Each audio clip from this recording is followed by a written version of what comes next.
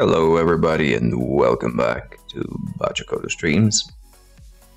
As per usual, I'm gonna be delving deep into painting the Bretonians.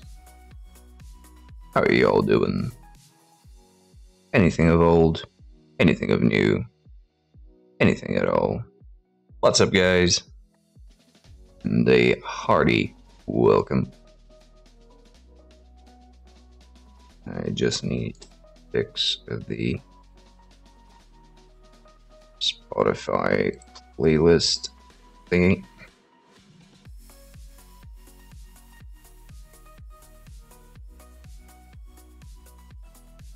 No, it was correct. Whatever. Right, so on the menu today, we're gonna be cleaning up the base coats on the last batch of Bretonians.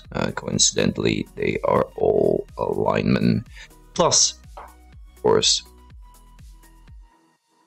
the ogre.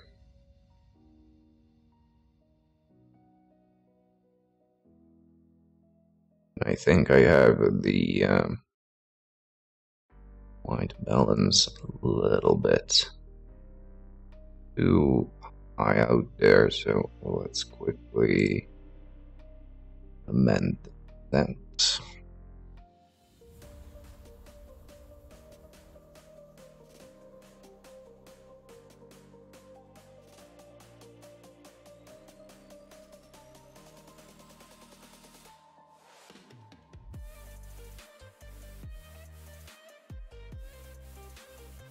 Like that.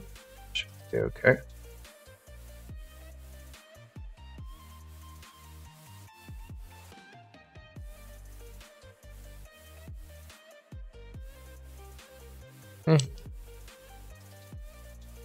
There.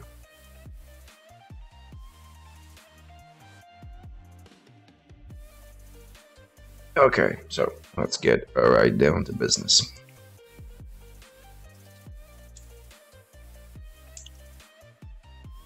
From what I could see, most of the things that needed to be fixed are within the brown. So that's where we'll start off.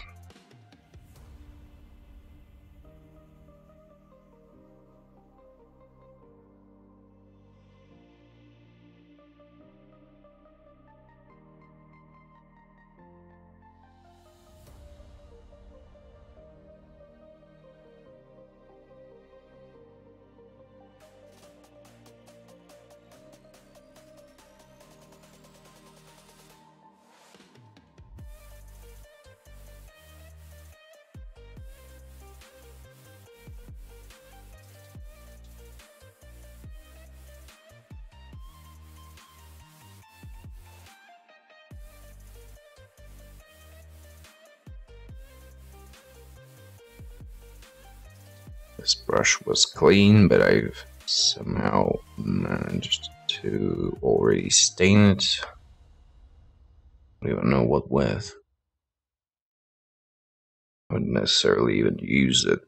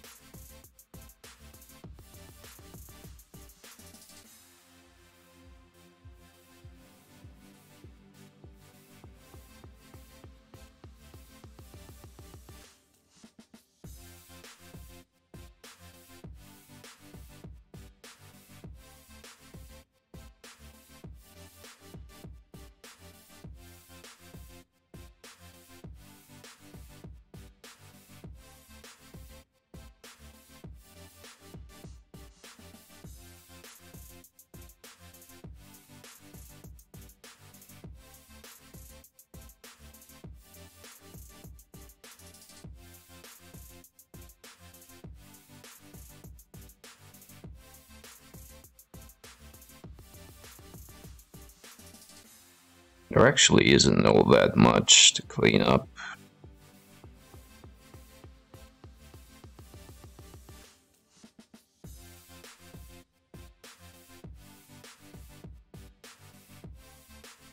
Which is good.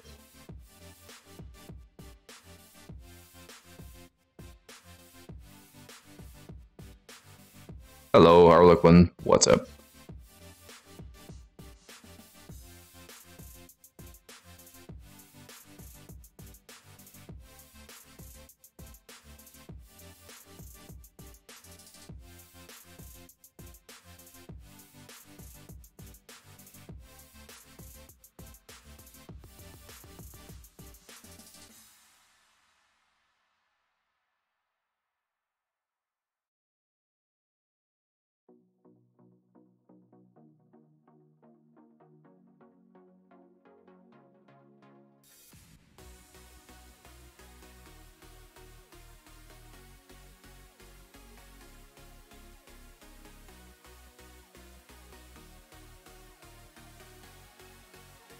The offendingly bold one, yeah.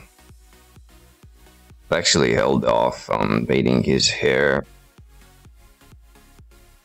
until everything else was done, but we'll just, as I paint the hair, we'll see exactly how much that is. He's cool though, I really like his sculpt. While lean, he is also, I don't know, a nice demanding position. I like him. He's a cool character.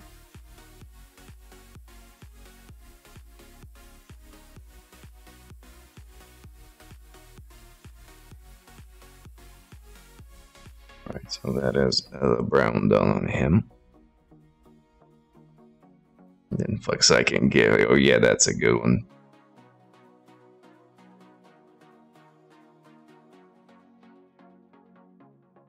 Moving on to he who drinks on the job.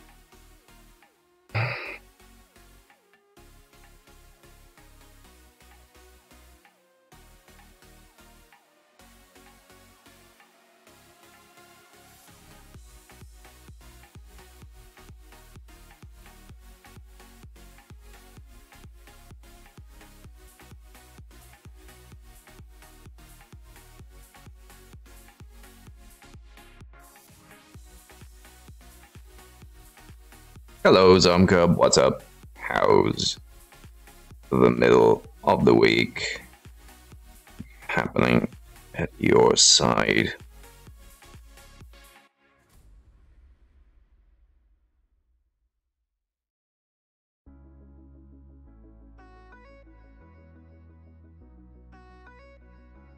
He's using the Bloodweiser preemptively, yeah. And he also has a powerful porn stash that will become a little bit more visible once I do the facial hair on all of them.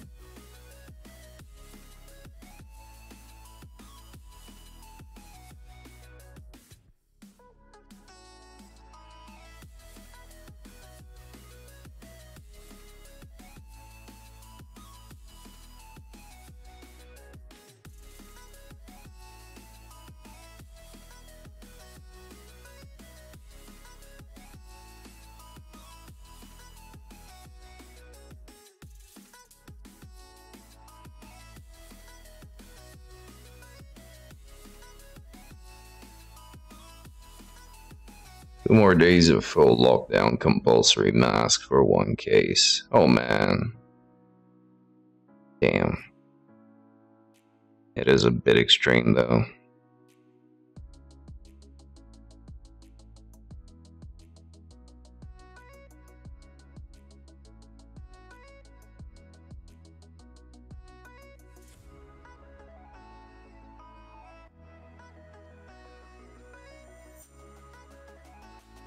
COVID-free for 8 months. Well, that is actually very nice to hear. And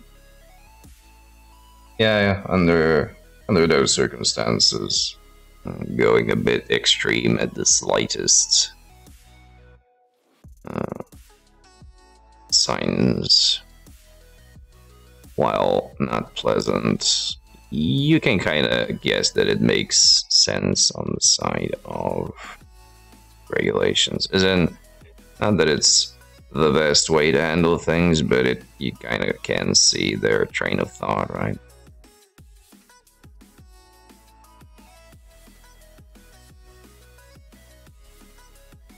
Oh boy, yeah. Same here.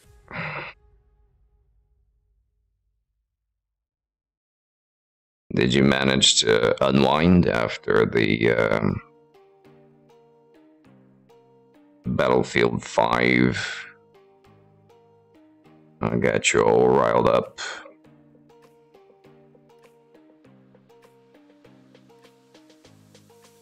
On, what was it, Saturday?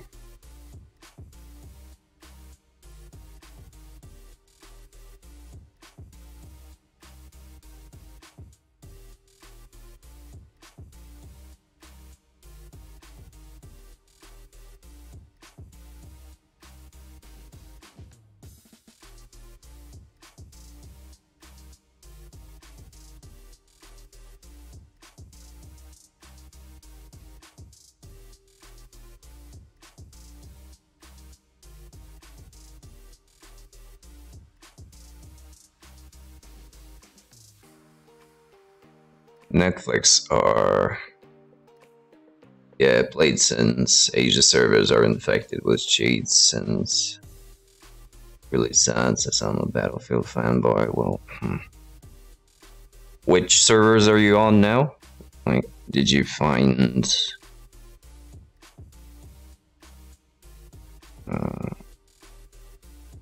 somewhere where things are less cheaty?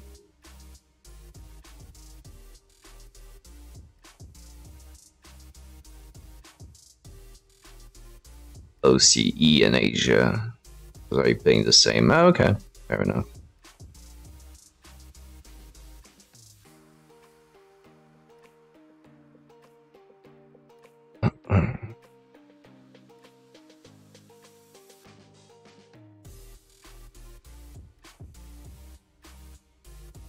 Naki in the house. What's up? How's it going? No win situation because OCE have admins that kick good players. I guess when a game is this big and this popular, you just, I don't know, private servers. If you have like a bunch of people, you just host your own games. Working for a while longer, well, hopefully not like the last time, like going completely overboard. I'm alright, thanks for asking. It is a bit of a calm before a storm. Some stuff at work is about to go down, some organizational changes. But we have literally no idea what the consequences will be, so it's just like this, something gnawing at the back of your neck without actually knowing why and to what end. But we'll find out as time goes.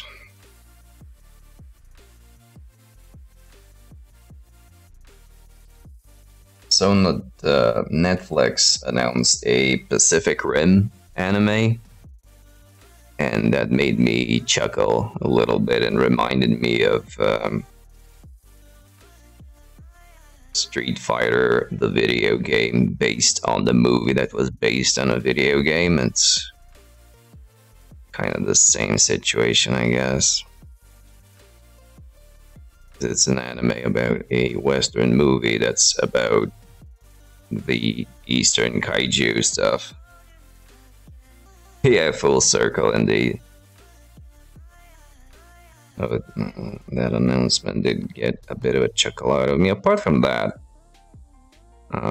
it does look alright. I mean, I will give it a shot when it comes out. I think they said start of March, so March 5th or something like that.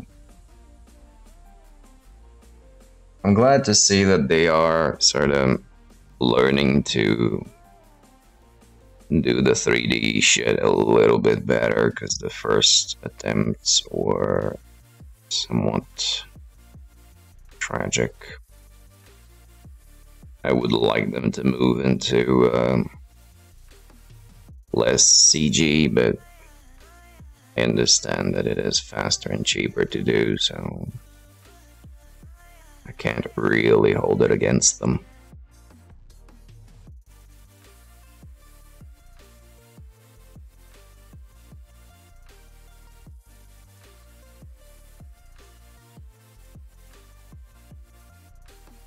It's like how Akira Kurosawa was inspired by American westerns when making Yojimbo.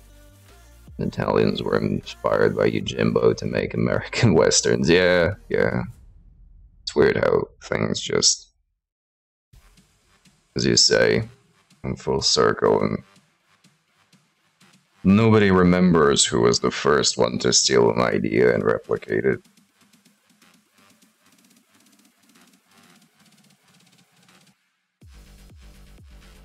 Since you can't necessarily patent ideas of this sort. And you shouldn't, because that's like creative freedom and all that, but it's what we get.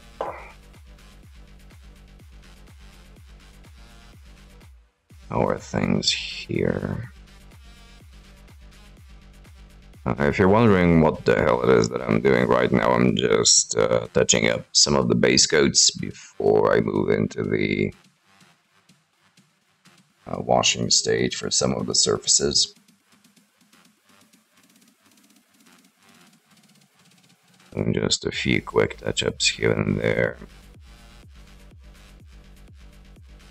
I was thinking about applying another wash on the completed models for the metallics, just to bring them down a little bit, because they do draw a little bit too much attention away from the actual color scheme, and I don't necessarily like that.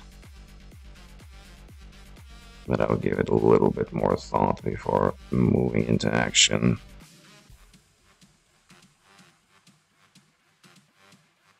Main complaint with scale color, they are very fragile.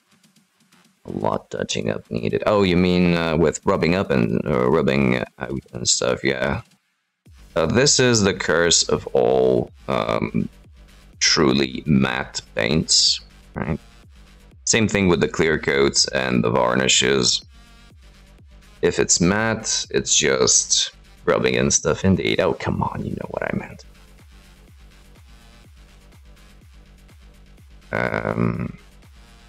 So yeah, anything matte just does not have solid staying power.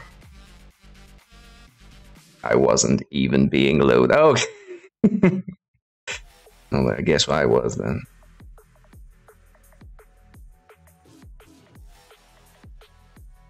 Well, I was in hindsight, not intentionally. Yeah, it's alright. We're all dirty-minded. It is what it is. But yeah, back on topic.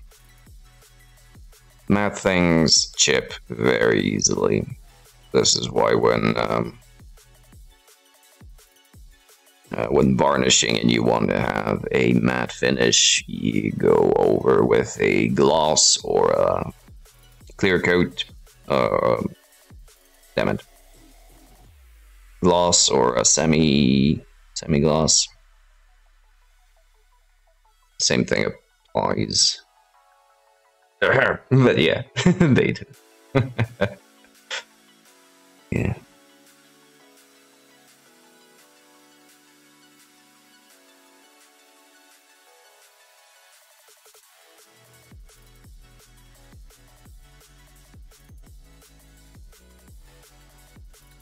Which is why, no matter how much I would like to phase out of the Citadel paints, they are very solid for base coats. Like their base color range.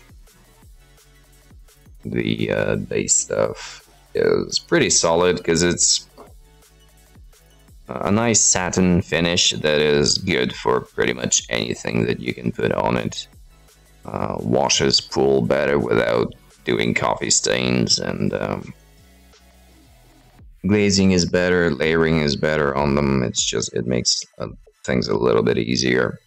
But as you go into the more detailed areas, and you emphasize on the exact control of things, yeah, matte is the way to go. The only thing I would have liked is that they had darker versions of most of their base colors. If that was the case, I would have zero problem with keeping up with most of what they have.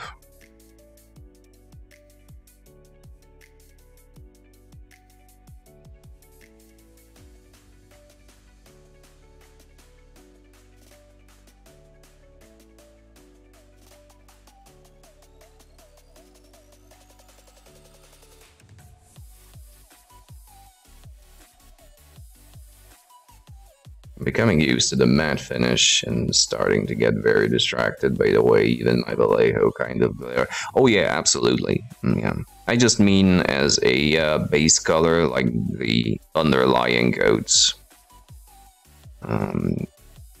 They kind of help out in later stages. But yeah, I'm totally on board with you that matte just looks better to me as well.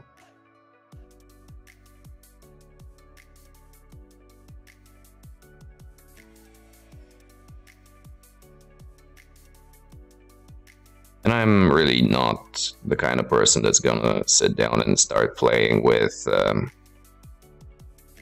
varnishing in between stages.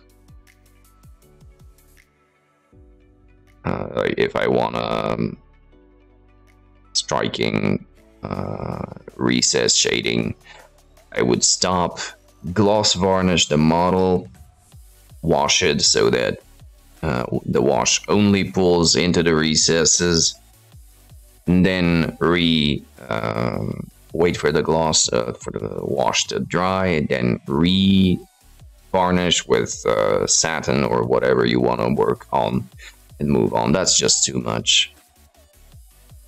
And the effect isn't all that astounding either. And it also takes a billion years for a wash to dry on a gloss finish. So you're not even saving time, it's just nothing.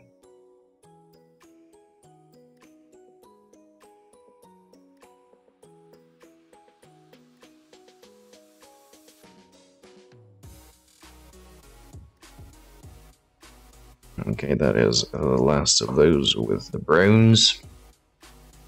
Only neurotics do that. I mean, I think it could be a valid technique. It's just not something I can spend the time doing. I am atrociously slow as is. Let's go over Ogre Boy, because I think he had some issues with the brown bits, and indeed he does. I went super sloppy. Let's correct that real quick.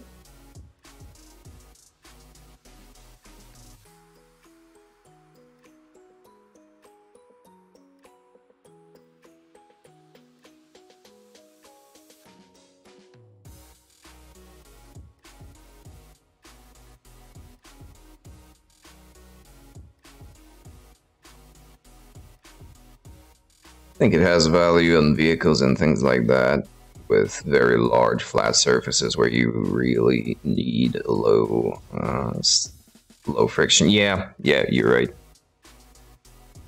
That could help. That could save time if you've got multiple vehicles that you need to panel line, and you don't want to do it manually for each and every little panel line. That would work.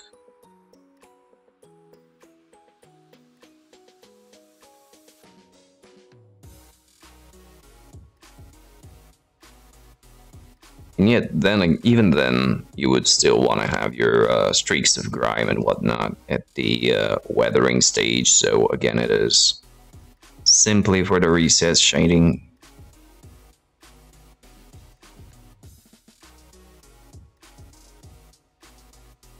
But it's out there, it exists, it has its place. Just unlikely to be at this particular table, but that's just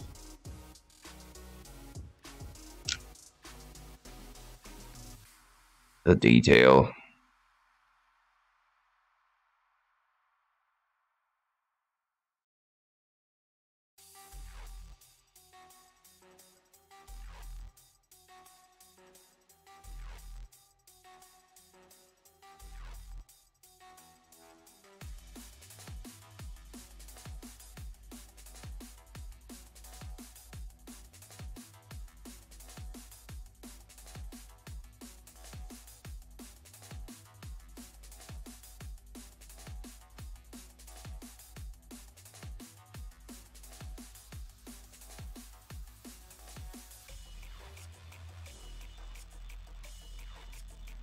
How are your chaos going?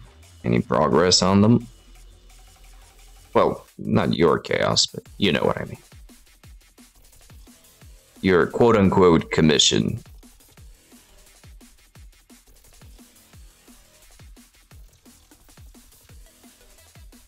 Bit of progress, creeping closer. It's awesome to hear. Actually, one of the most satisfying things lately was when I took the batch of 6 dudes that we finished up the last stream, and I put them on the tray along with the others, and I actually saw that, wow, quite a bit of dudes have been painted. Actually, I can lift this tray without getting everything on the floor. I can show you.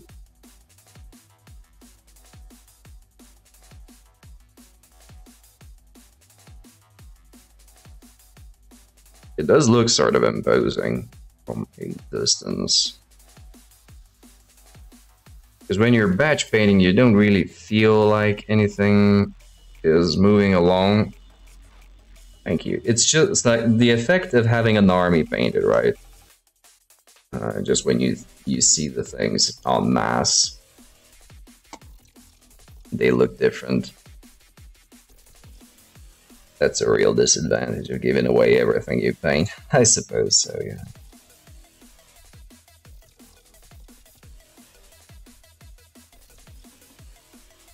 So yeah, this is the good moment when you're batch painting and patchwork here and there and back to the other batch and just moving all across the board. Sort of pays off as you see the actual chunk of progress that has been made.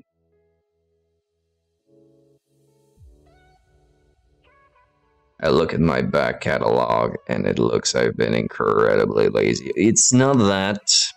I don't think it's that. Is if I make the calculations, like a little bit of silly math, even if I never stopped painting, as in never took like days off or a month off or whatever, I still would not have painted all my shit. Truth of the matter is, we just accumulate stuff at a exponentially brutal rate.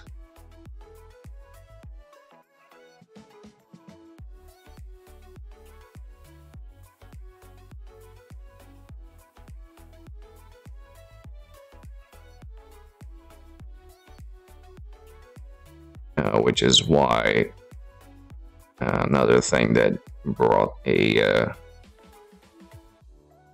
smile on my face and quite a bit of laughter was when I saw a Kickstarter that it was a digital one, so everything was gonna be STLs for cyberpunk and sci-fi style miniatures. And they had something along the lines of 100 STLs that were going to be delivered once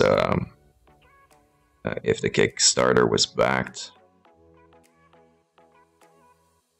And that was a bit brutal. I'm actually pretty good at not constantly buying new models, although I do buy more than I paint, just not that much more. Well, good on you then. I can't say I have that self-control.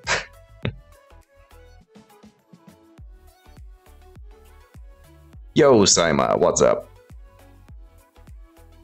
Greetings. How's things? Big boy getting base covered? Yup. Hooray for me, yes, absolutely. You know, that is something to be proud of.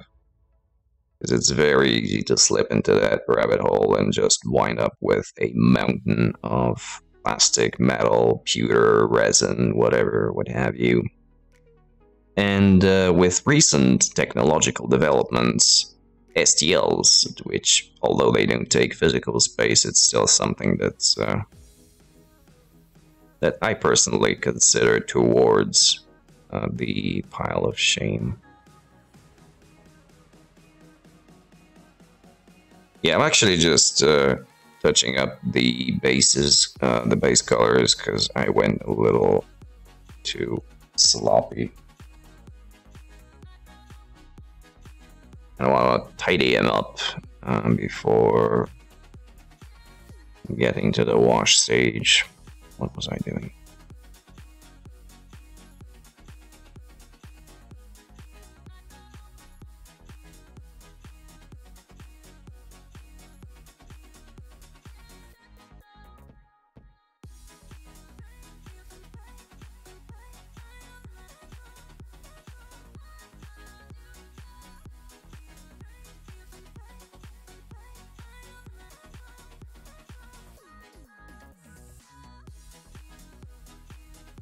I don't really have to go into that much detail here, as long as I have the paint out.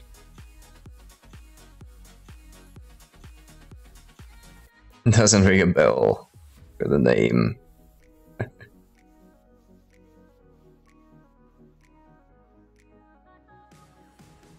Bit of news that probably nobody cares about, but I'll still throw it in there. The Dragon Unicorns Kickstarter is delayed once again. There was an update stating that they will receive the miniatures cast somewhere in March,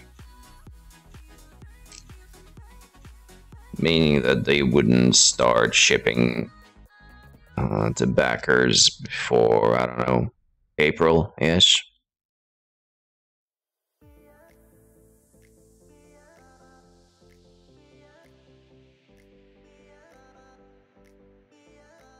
So Saimai is a guru, I didn't know that. That being said, I don't know much at all regarding individual gurus.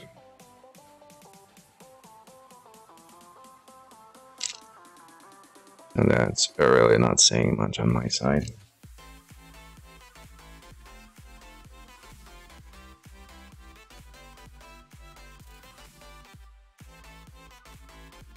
So yeah, not that I am in a hurry to get these models or anything.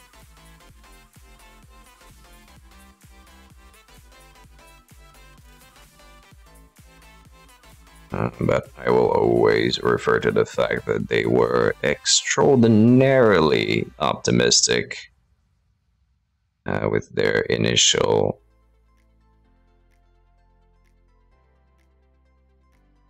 okay, with their initial estimates.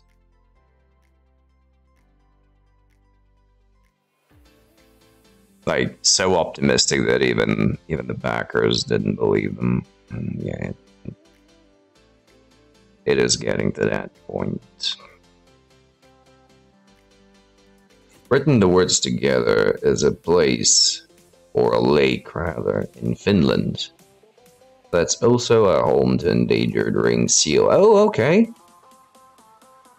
That's cool. Damn. Bit of cool trivia. Again, if anyone says this is not a learning channel, they are wrong, and here is the proof of that.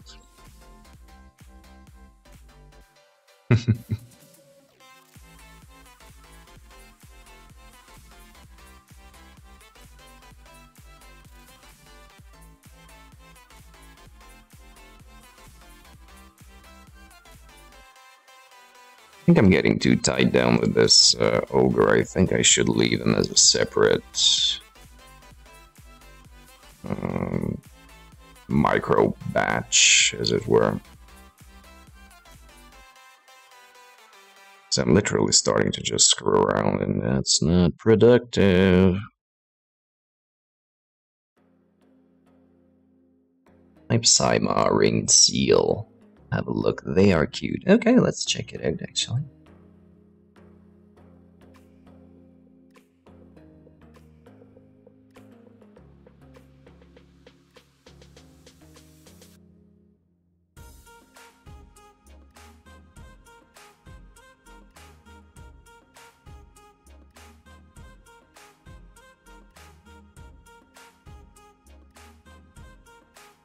Oh yeah! A really cool pattern on them. Like a bit of a leopard stripe, a little bit leopard, not a stripe, but a leopard pattern, I guess.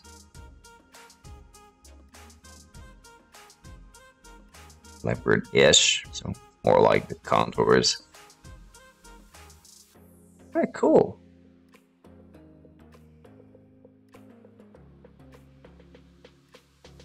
Nice.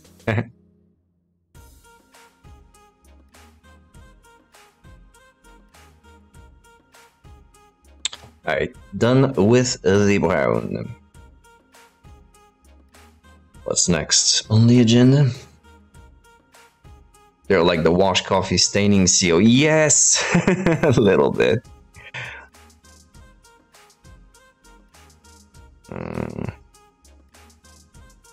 I would like to have another go over with the yellow, because it's a little bit too transparent. Might not be able to tell due to the silly camera, but you can see the bright prime color underneath.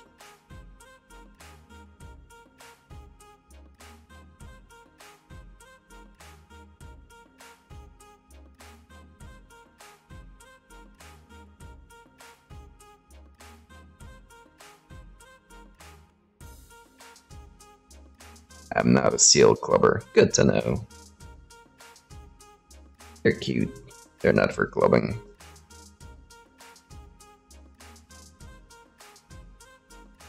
Unless you mean take them out to clubs, which would be weird in a whole different way.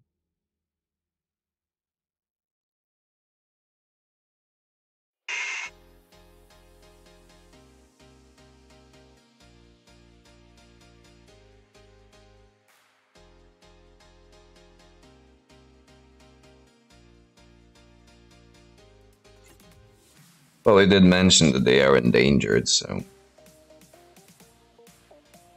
I think the got cut off the sea when land raised after Ice Age. Oh, so been a while then.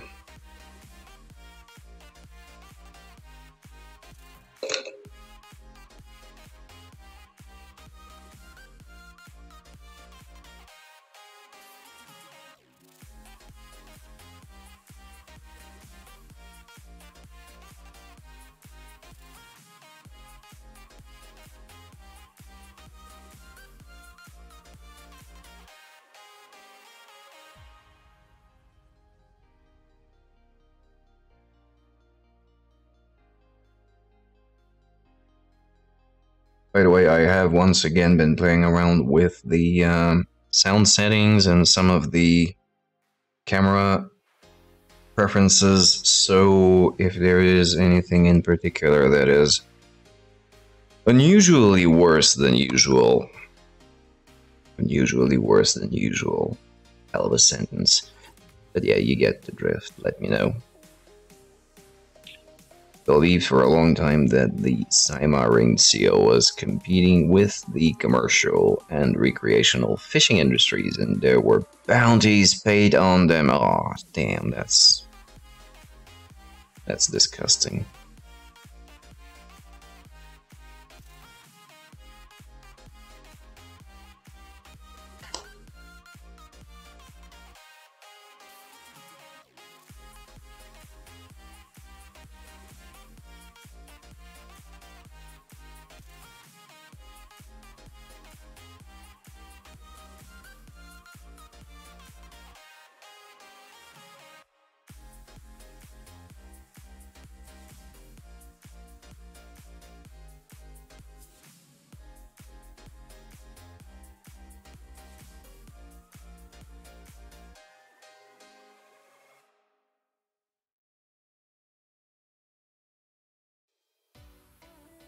Some people have been pretty foolish not too long ago. True.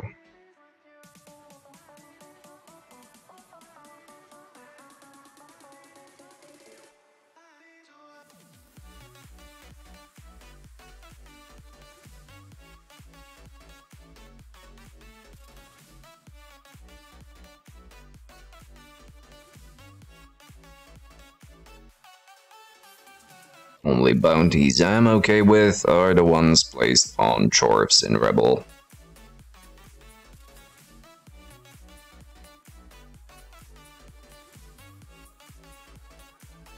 In the cocoa-filled ones.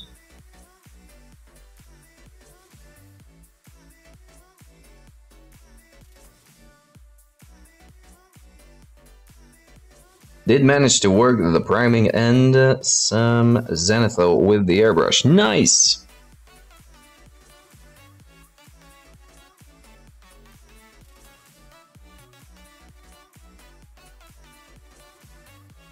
Did you do the zenithal with the inks or just a lighter primer?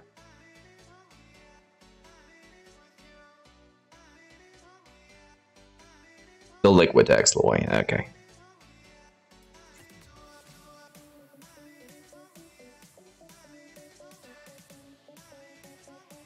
Did you find it easy to find the right consistency of the ink for shooting it through the airbrush? Because it does behave significantly more different than regular paint. It shoot a photo of them after and linked to Brett's Discord. Okay, let's give them a look.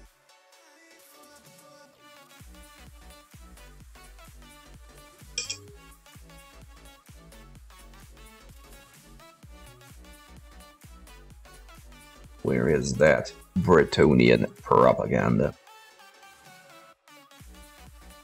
Oh yeah, absolutely. I think primer should not need changing with mediums. No, not the primer. I meant the Liquitex stuff. Or about the air pressure. Right. Need to test how it behaves. Yeah, you can see right away if you have ever tried. Ink was a pleasure to use. Nice. Yeah, it would make sense. Because it is fairly diluted to begin with, very thin, and at the same time, like, it's forgiving to use, I guess, would be, or at least how I would imagine it to be.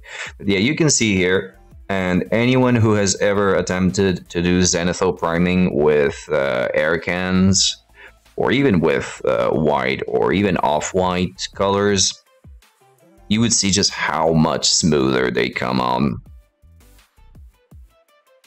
The colors go on, like, there's no chalkiness. The color is a lot just smoother, and the transitions, you don't get that speckling. Spray can speckle, yeah, they do. They do. The first and only time that I attempted this with, well, at all actually, I went for full contrast, so I went with a black spray can and a white over it, and the result was disgusting.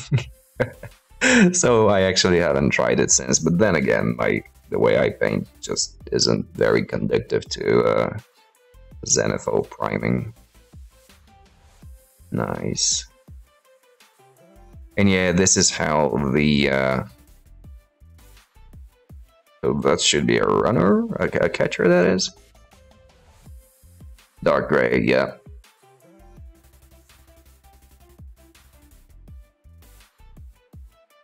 Yeah, I'm always on the fence. Like, I've always used bright gray as a primer. But the more time passes, the more I start thinking that maybe in some cases a darker primer would be more beneficial. But I don't know, it's so situational, and at the end of the day it doesn't have that strong. I took dark because I was intending to do zenithal. Yeah, okay, that makes sense. Or I got airbrush primed with white. Okay, getcha. Yeah, white, at least the whites that I've tried, behave a little weird when you go for the base colors. Or maybe it's my perception of it, I don't know. German gray, pretty good, not entirely black, so all detail doesn't disappear into the night. Yeah, that is one of the problems with black, is that you actually need to do some sort of a touch-up to see what it is that you're painting afterwards. Although most people don't need it, but the way I see it, especially on camera and on videos, really does seem that it would benefit by either a light dry brush or a quick zenithal spritz.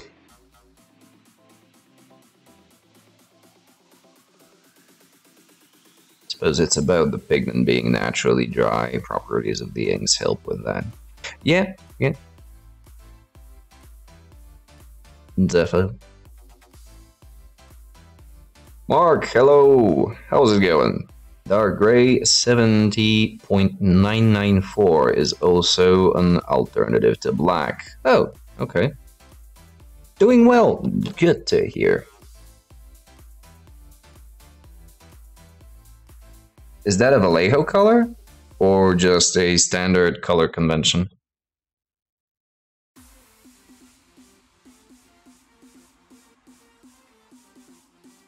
Model color Vallejo, okay. Answer gray.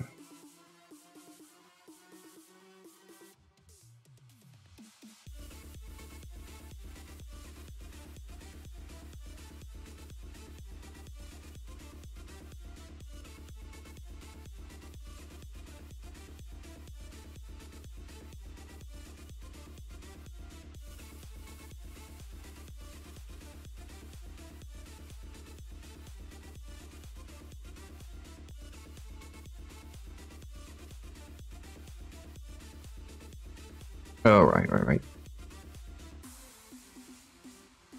Yeah, grays are surprisingly varied. You got your warmer tones, colder tones, greenish, more towards beige.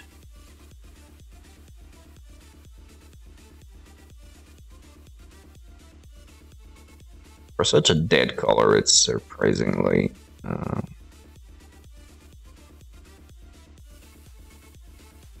varied.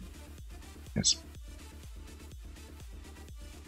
Using off-white instead, I found them less chalky than pure white or even silver gray. Oh yeah, absolutely. That's a fairly standard trick. Me personally, I always use white skull, screaming skull, instead of white. But going over with inks with a white ink does massively help. Like, I've seen probably Mini-X clips on YouTube where which is probably the first time I saw a white ink being used as a sort of a top coat of a zenithal.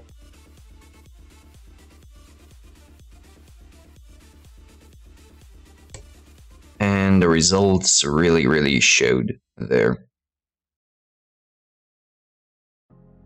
Don't use pure white. If you do, mixing white and ink regular white paint. Oh, really? Mixing them? I thought it was either a layer of one and then top off with the ink. Is your paint water really that black? Is that your? It is. I haven't been too lazy to change it.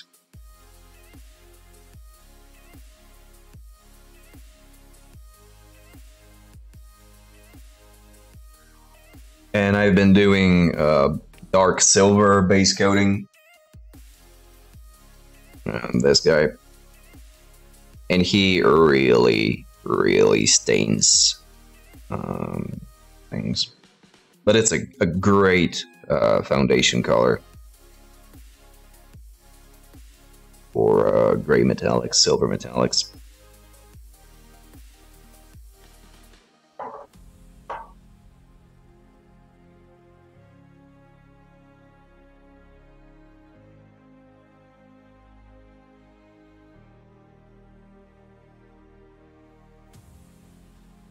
And pigment in the bottom, so need to be careful. Oh yes. I generally never dip things too deep. I was about to comment, it looks like a coffee. It does, and it's because I've got the white balance all turned up into the warm colors, because otherwise the light I'm using for painting is cold light, and I'm trying to offset it by tweaking the settings of the white balance. And I had gotten it to a decent spot, but then it turned out that my camera lens was super dirty. And after I cleaned it, it all went to shit, and now I had a problem with setting it. So this is why today's stream looks a little bit different than the previous few weeks.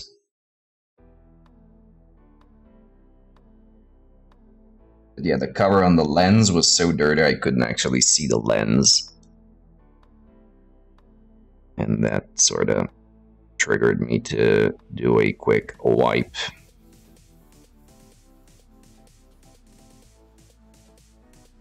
Paint water is in old glass jelly jar, so there's no mistaking yet.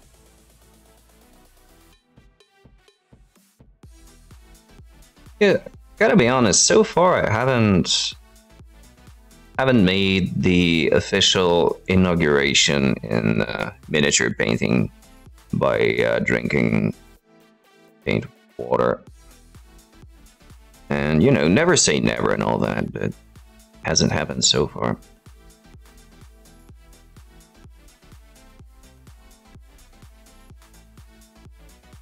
Maybe because of the placement of the glasses, the different cups. But yeah, we'll see. And I can assure you that when it happens, you'll hear about it. I use an old half pint glass. Okay. Yeah, I've been using this Skull and Bones. I think it's supposed to be a tea mug or something. But it's actually very awkward to use as a cup, as a mug. So I just decided to use it for paint water. Before I used plastic cups and just threw them away when they get... It is a giant cup, yeah, it's pretty big. It's not good to drink out of, like, of course, if it wasn't used for paint water, that's what I mean. But for this purpose, it's actually pretty damn good.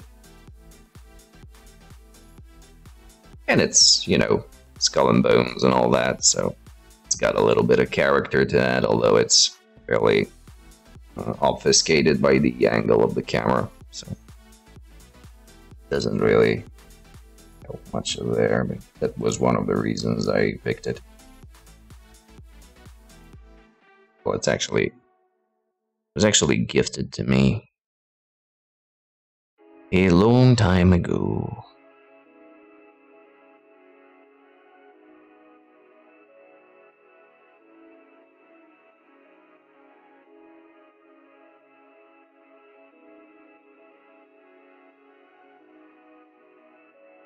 Speaking of a long time ago, we did get some bad news today that one of our local hobby shops, gaming clubs, is closing down. Oh, streamer is bragging of having friends who give him things. Well, that was from the times before streaming. Deep sigh of nostalgia and melancholy.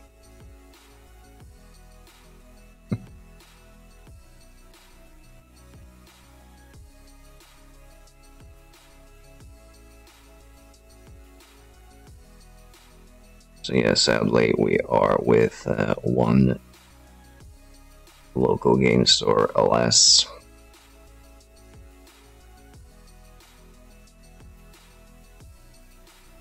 Oh, I remember having friends. No, it's not really that, I mean...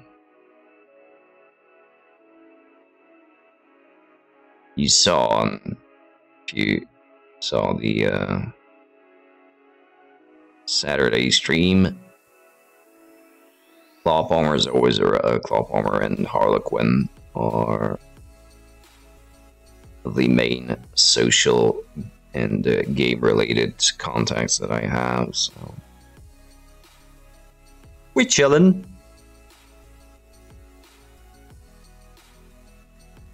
I did check in on the BB game. Oh, that's nice. Thanks for doing so, by the way. This was a fairly unorthodox and unprepared experiment.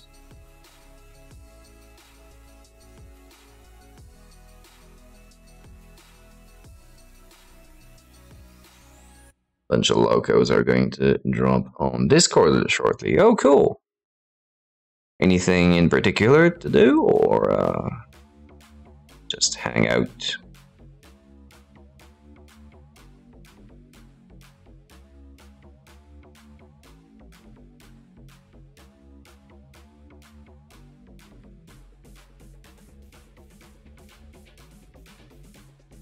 Just painting harass Raz, I suppose. So the usual, gotcha. Sounds fun. I might drop in, although probably just stalking in the background, because after the stream I will absolutely have to eat. And to avoid unnecessary chewing noises, it'll probably be on the silent side. Did you catch Pascal's Tuesday's tutorial? No. Actually, I'm super ashamed of that, but I have just not really been able to keep up with a lot of the loco stuff.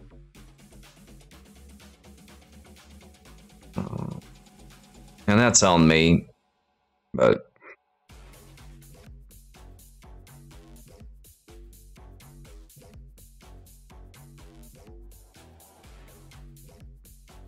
tutorial on Twitch every Tuesday. Oh, didn't know that. Is that a new thing?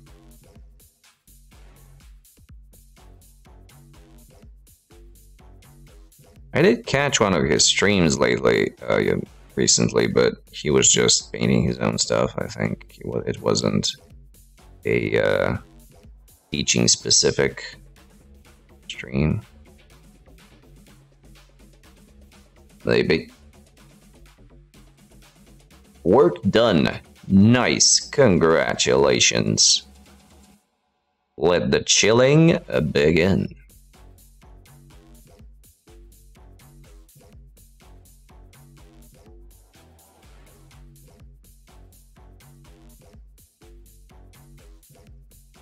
I'm gonna bake something. Alrighty. Happy baking.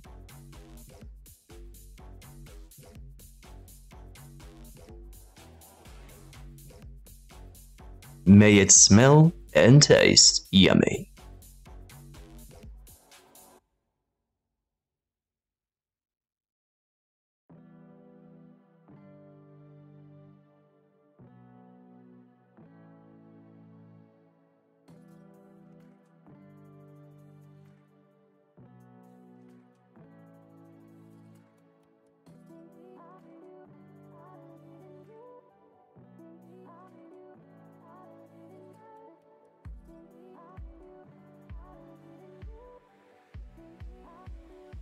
So, groundbreakingly interesting stuff happening here on screen. I'm just putting more layers over the initial base coat, because upon further inspection, turns out the primer was still showing through.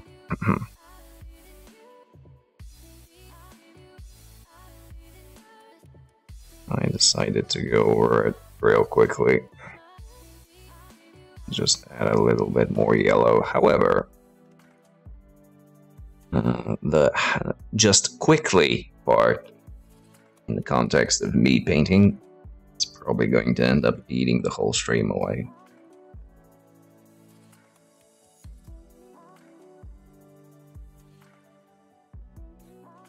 For which I do apologize. But I noticed it, and it's annoying for me to say, and I want to fix it before I forget. Because I will be washing this surface. And the wash is going to emphasize the imperfections, so might as well touch it up.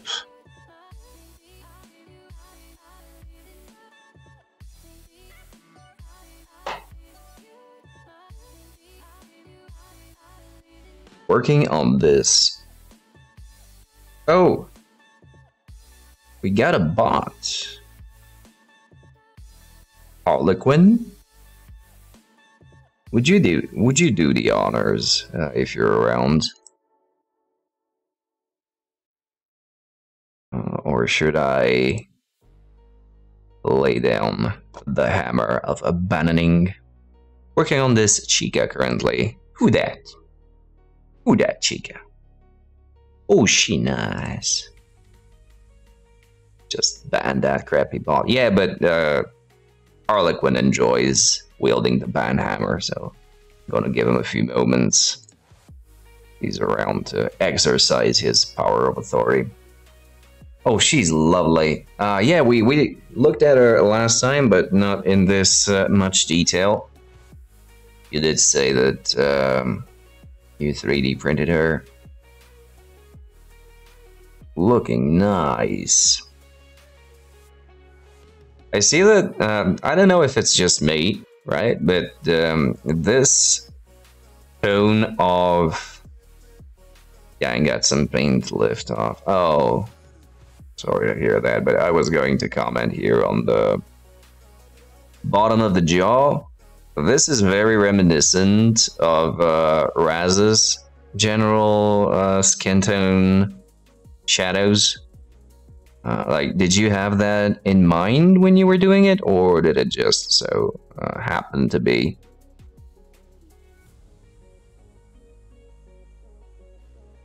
He tutored me. Oh, really? Holy shit. Yeah, it's a fairly distinctive tone, and I guess I've been watching his stuff sufficiently to recognize it. Nice!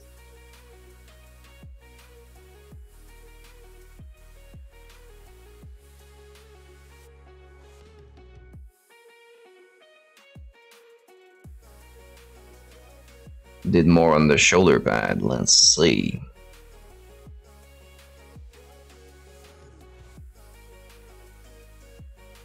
Oh yeah, I can see that.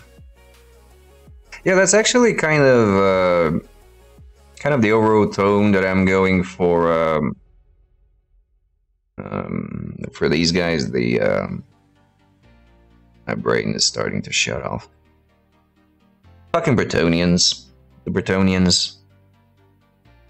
Like, give it a reddish tint in the shadow and build up from there. I really love it because it warms down, it warms up the yellow even further and makes it really give a solid foundation to build on. Brown yellow and red oxide. Nice.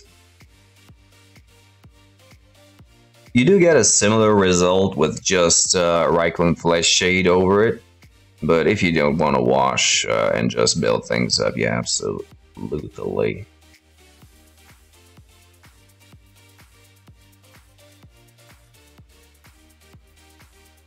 And it saves you the problem of trying to get my head around the non-metallic metal. Oh yeah, don't even start that.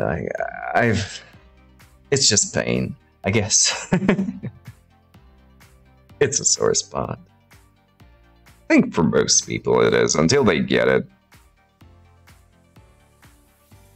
But, of course, there are degrees to getting it. In my case, I would just... it's the thorn in my side, yeah.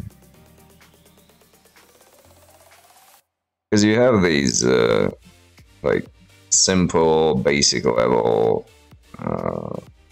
reflections, just in general, reflective surfaces.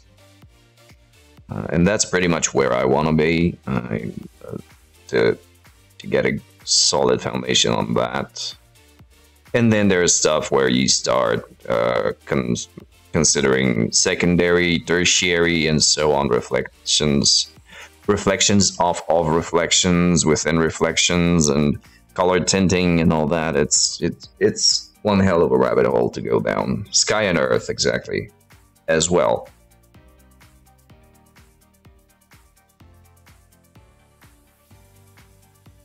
And then you get, as James Wapple says, if one color goes somewhere, it has to go everywhere. But this is in a completely different level of painting and approaching the whole process. I don't even know it enough in theory to start commenting on it, but when you see it in practice, it does make sense. But when you grab the brush, it's like,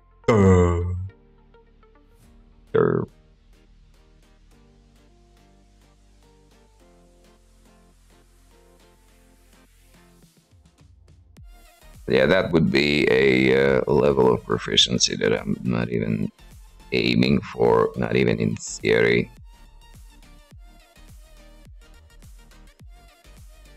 And the thing is, I just have to sit down and get a little bit more acquainted with the theory behind just the volumetric reflections and work off of that, because I think that's the foundation, right? That's the key to starting things off, is just to get your proper volumes. And it's not even that hard, because there are only a few basic shapes that need to be considered. I adore Wapple. Does the steel have purple in it? No, that's not steel. Yeah, he does get a little bit. There are points in time where you listen to him and you're like, what the hell are you talking about? Chromite? So yeah, he does just look at things from a different universe than us, I think. Like, when you have traditional painting background and you translate it into this medium, things get It seems as if he's just into a completely different hobby than us.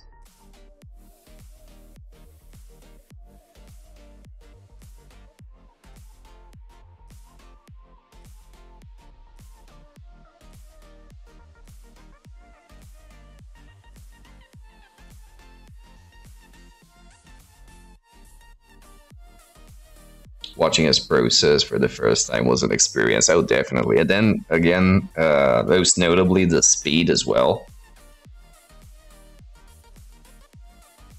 And the speed in which he completes things that, for the majority of us, aren't at all technically possible. He just knocks them out like this. But again, it's experience, it's theory, it's knowledge, it's practice.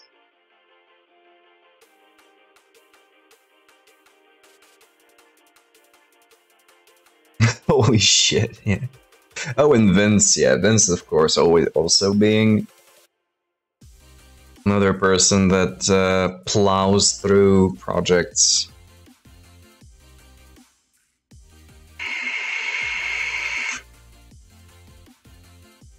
Vince Ventura, that is, unless we're talking about a different Vince.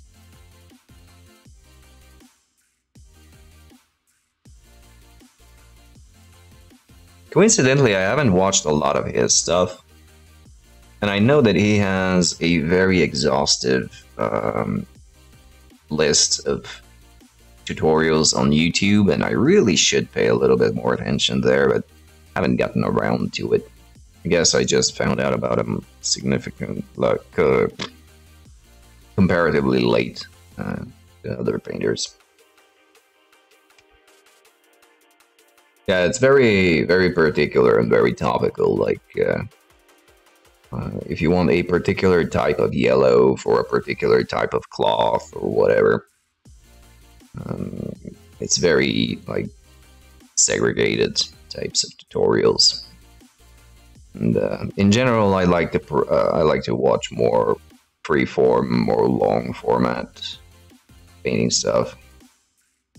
He's now doing at least a 2-part starting tutorial for beginners in the hobby. Yeah, that's cool and all.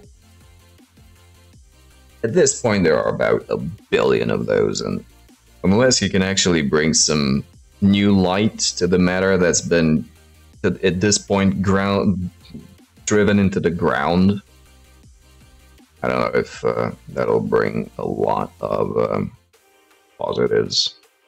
But I'll check it out. I do like checking out beginner stuff because sometimes there are little details here and there that help you push your fundamentals a little bit.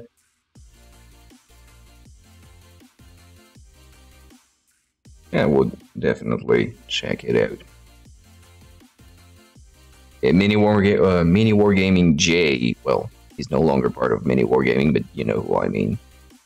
He has something along the lines of 100 videos on beginner stuff, on 101s and things like that. Like, literally at least 100 of those. Really think about it. Yeah, absolutely.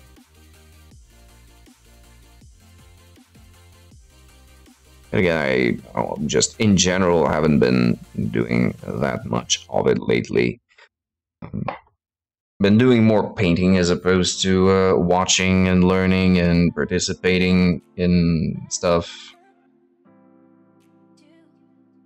And I would really need to catch up on that. If there's a product or technique he has likely reviewed it. Oh, absolutely. Like Forge World Inks, Forge World FW, just that.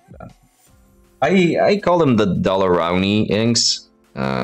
Always forget the fact that they're actually FW is the actual type of ink, and Dollarowny is the manufacturer, kind of like Citadel and Games Workshop.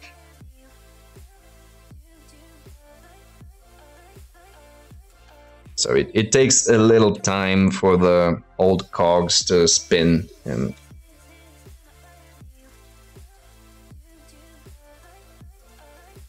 Alright, so a little bit of the... I call it Xanadu dust.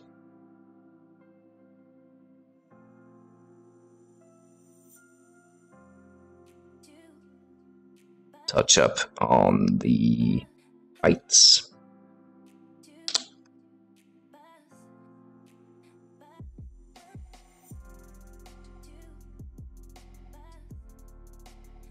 Didn't even need that brush, but whatever.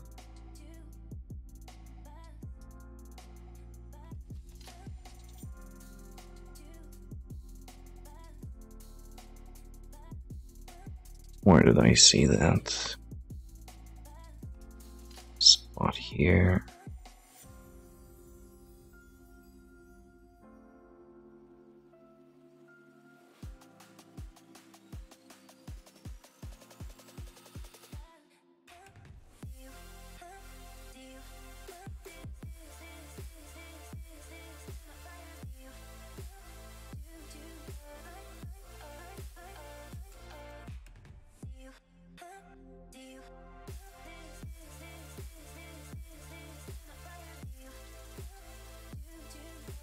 Yeah, you're reminding me again to get some whites. White ink. I don't think I'll need to go deeper regarding the inks, like going for any particular other specific colors, but black and white is, I think, very good. I've been dabbling in some lining on previous projects, and I really do like the effect, so I got the black ink.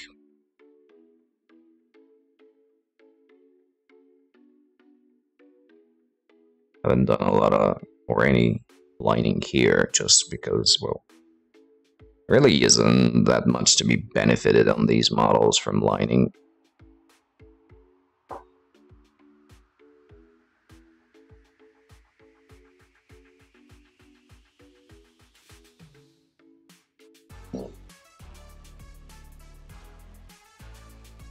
Still would recommend white and Payne's Gray. Oh, you mean both of them? Okay. No need to go overboard. Yeah. No, because they are useful tools, but they are just a little bit too case specific. So I might still get something along the way if a particular project would benefit it. But just stocking up on a bunch of inks that I don't really have an idea to use. There's no point. And watch me as I just go and get the whole set or whatever. Their pearlescent inks are pretty cool too. Oh, I haven't seen the pearlescents.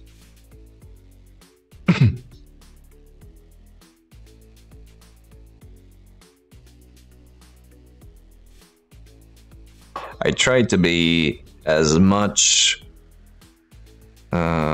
just straight to the point, get what I need and get out in order to avoid... Yeah, you mentioned that. Dough rising? No, painting. Multitasking at its finest. What you baking there, Naki?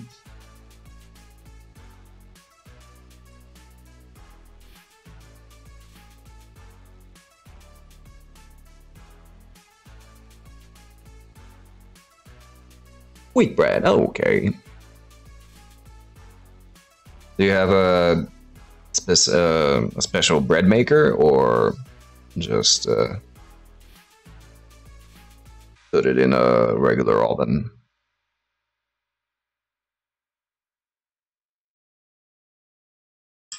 A few years ago, these bread makers became a big hit here. A lot of people got them and very quickly discarded them.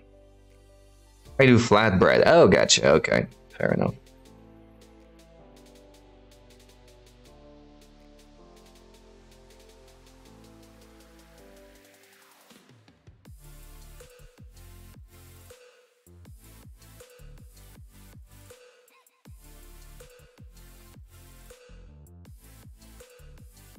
keep the dough in the fridge, and then bake a flatbread on demand. Oh, that's nice. Yeah, that was pretty much the reason why most people quickly got rid or just forgot to use their bread makers, because it was still a hell of a long time to do, and it still required your dough to have, spent the time it needed to sit. And it was a very one-trick pony. Like, they tried doing some other doughy stuff, but wasn't particularly... I don't get the point. Yeah, it's so specific.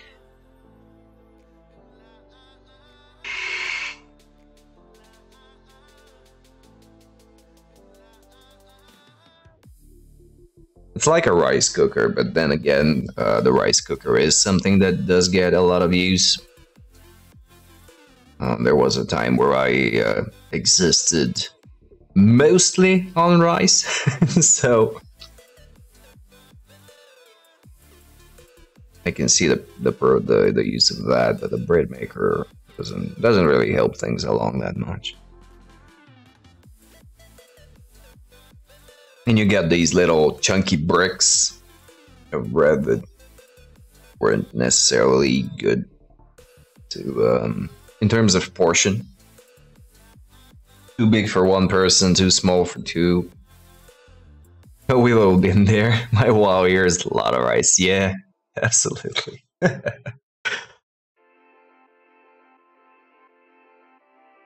Right, what was I gonna do? Maybe paint some... Oh, the red. Okay, let's do the red. Red needs to be touched up.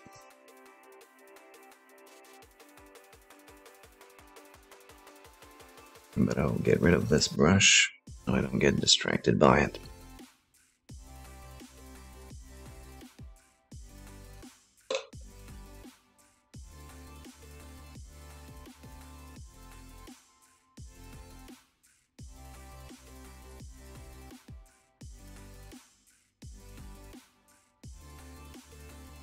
Yeah, rice is cool. Still really love rice and risottos and pretty much anything with rice in it.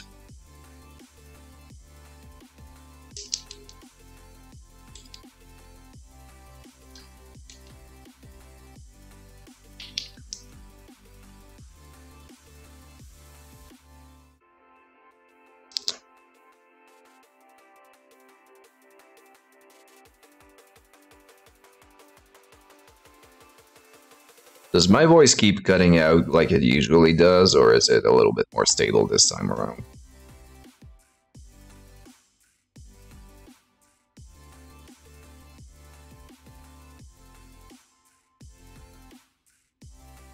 It does a little bit. Shit. I'm telling you, I'm gonna end up just throwing that stupid mic in a fucking fire.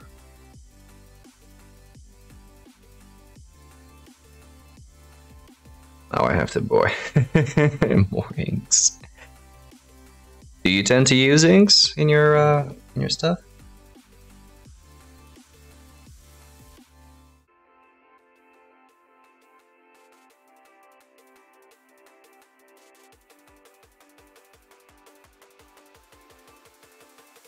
I was so hopeful I got it fixed this time around. God damn it.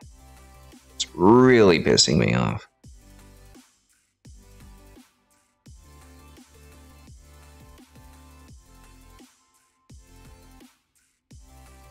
Then again, that's kind of on me, because I'm not using it as it should be used. Because it should be clipped on my person. And I've got it clipped on the camera stand. Although it shouldn't matter, because the distance is the same. And if you saw the Blood Bowl stream on the weekend, that was recorded with the same microphone,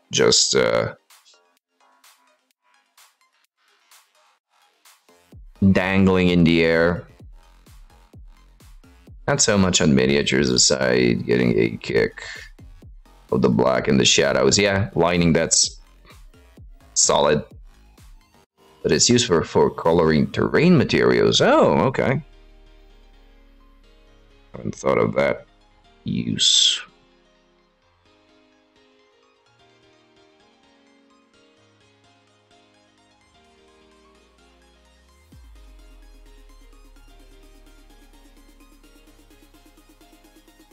I think I'm just talking too quiet and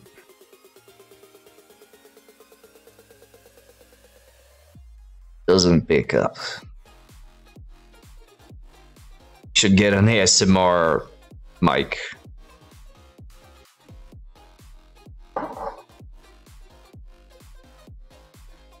So you can hear the brush strokes on the model.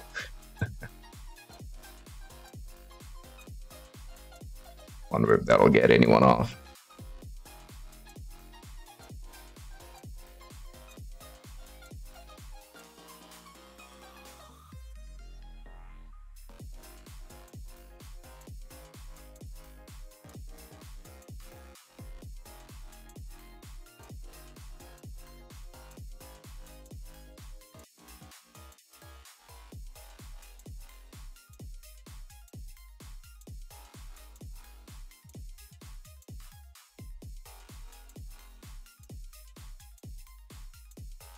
This guy's kind of alright.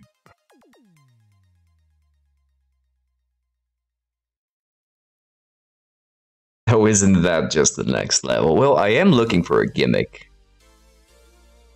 Everybody gotta have a gimmick.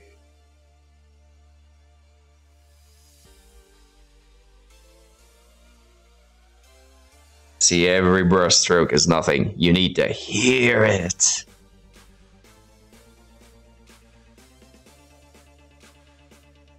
Yeah. And then you'll get the arguments whether like a synthetic brush over a metal model sounds better than synthetic when it a natural over plastic or resin. But you call your ASMR on YouTube, sub now. Yeah.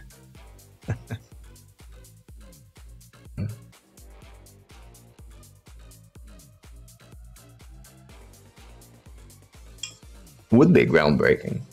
And as I say that, I am sure that if I'm gonna do a search and see if there is such a thing as painting ASMR.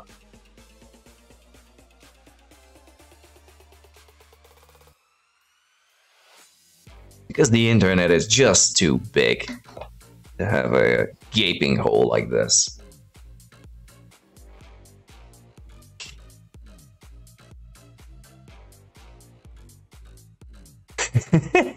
There is.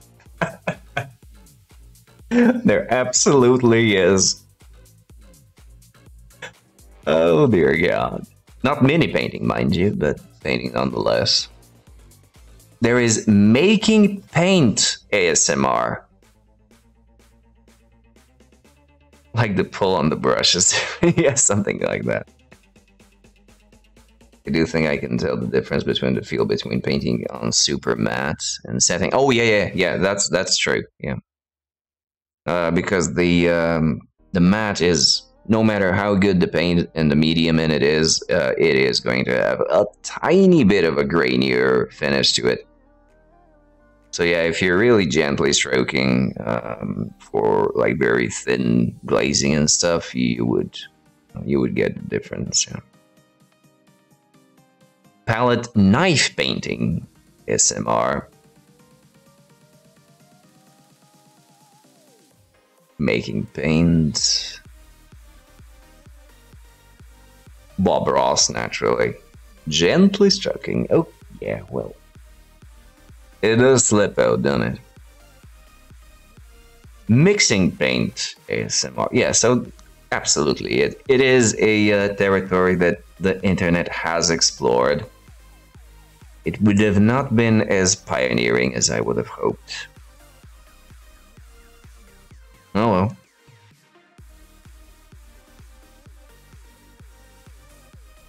has become a catch-all for relaxing.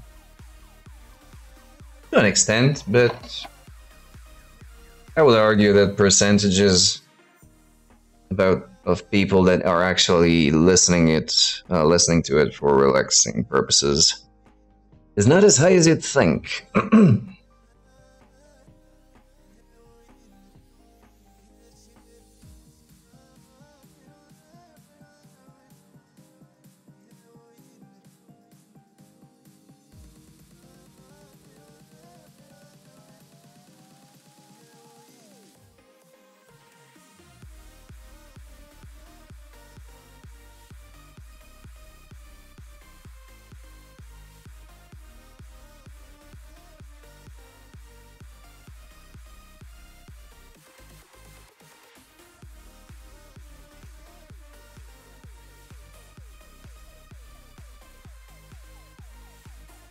Well, that inflection of yours said it all, I guess.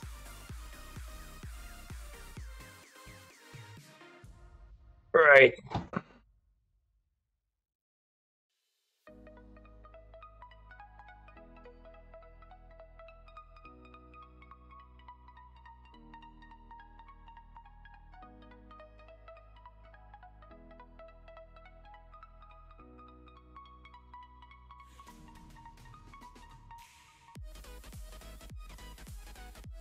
I did, however, watch something I had watched a long time before and had not followed up on.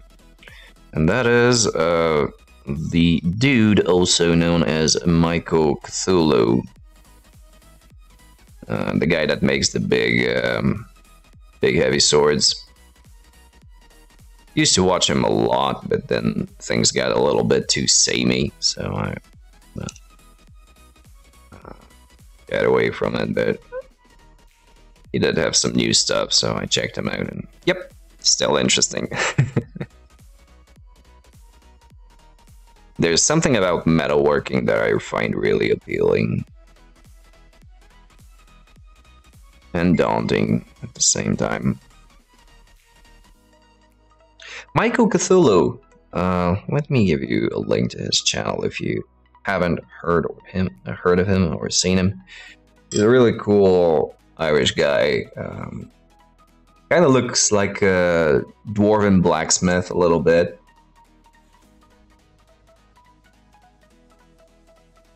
He's got a lot of cool humor injected in his stuff. And he does some really, really cool stuff.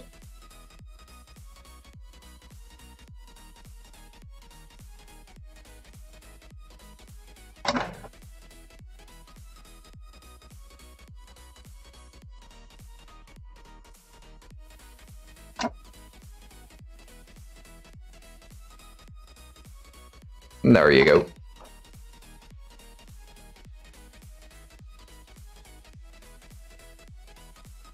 He's done a lot of things like Cloud's Buster's Sword, Rebellion from Devil May Cry, a lot of iconic weapons.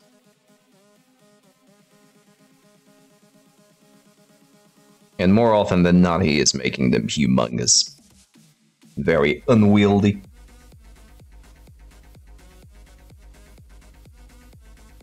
Mostly, however, with fabrication tools, not blacksmithing. There was another channel that focused on blacksmithing stuff, but I forget the name.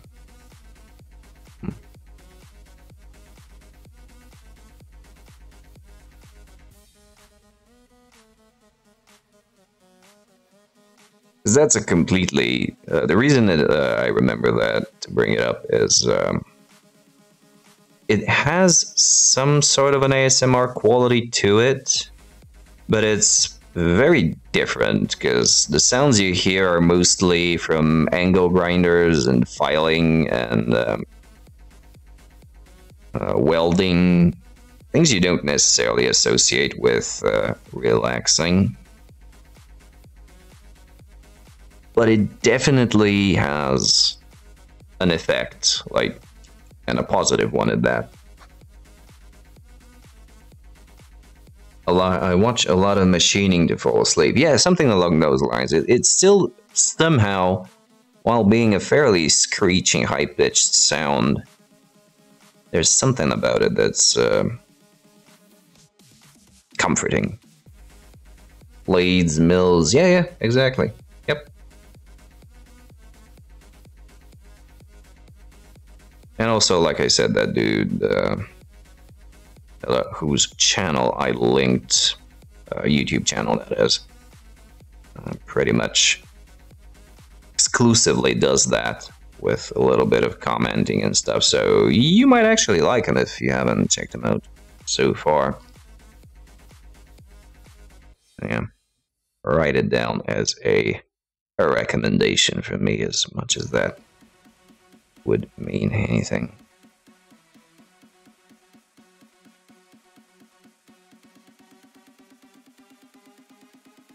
Alright, so the red is now neat and tidy.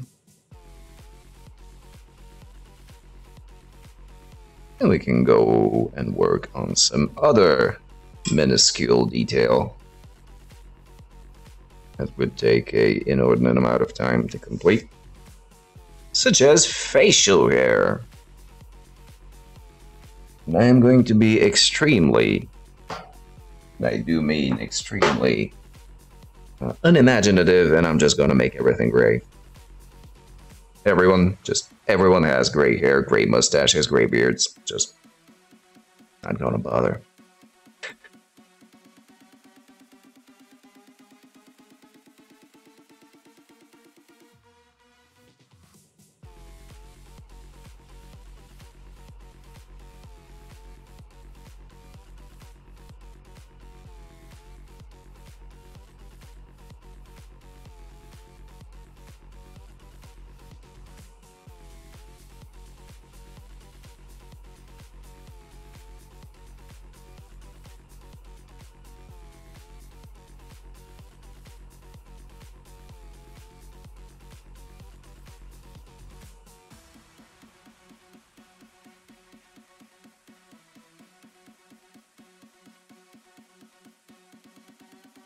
Alright, back on track. I keep muting my mic when I shake the paints.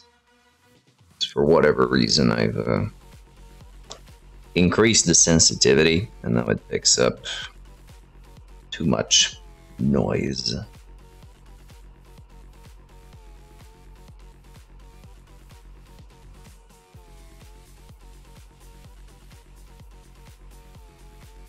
I'm telling you, I will ritualistically destroy this mic as soon as I get around to getting something better.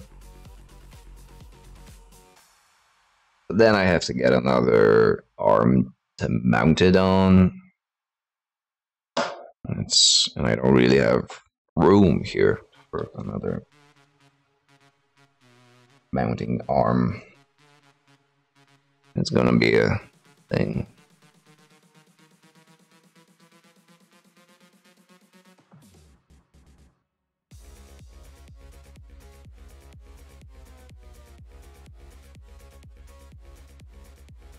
I'll check him out in bed tonight. Cool!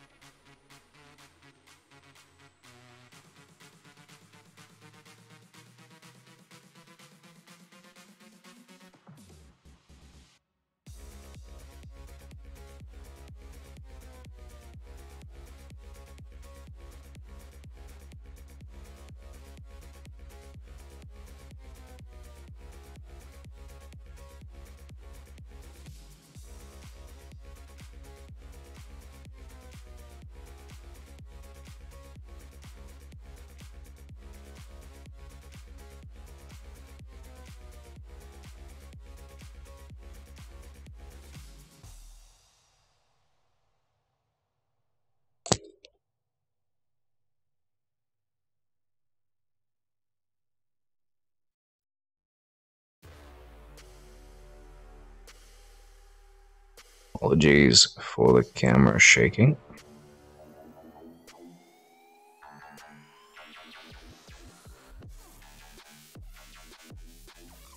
But I did smack it with my paint brush handle.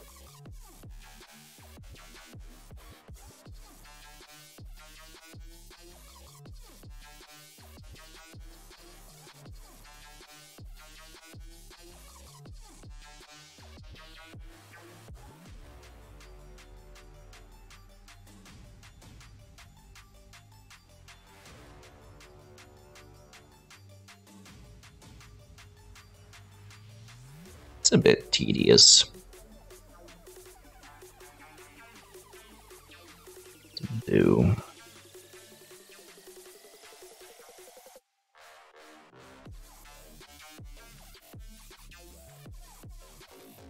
And now I remember why I didn't paint the hair. So I wanted to do the eyes first. So then I could actually paint the eyebrows as well. Because now if I paint the eyebrows during the process of actually painting in the eyes, that would probably be ruined, but let's give it a shot anyway. Why not? Does anyone even care? It's just a couple of lines.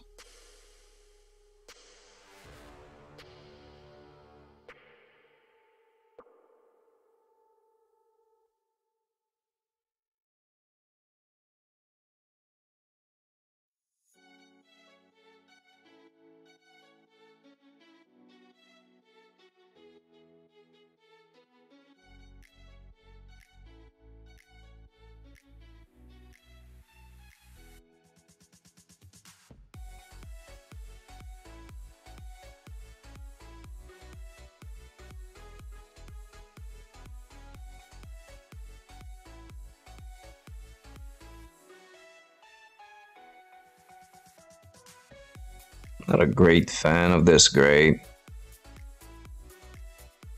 As well, the color seems to be nice and deep. It's actually very thinly pigmented, and it takes forever.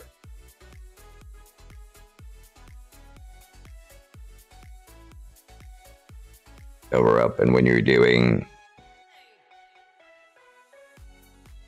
Hello, Harlequin, what's up? Missed the crowded chat. You missed the bot. You missed the opportunity to ban a bot.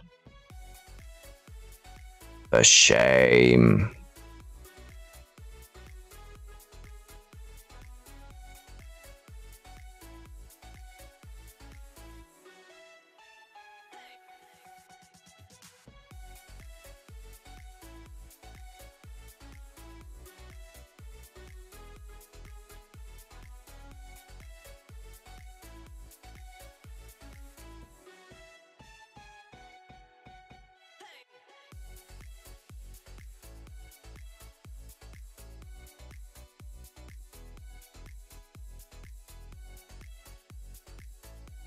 That is the perfect mod for you.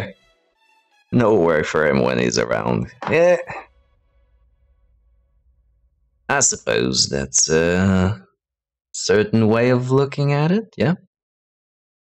I'll take it.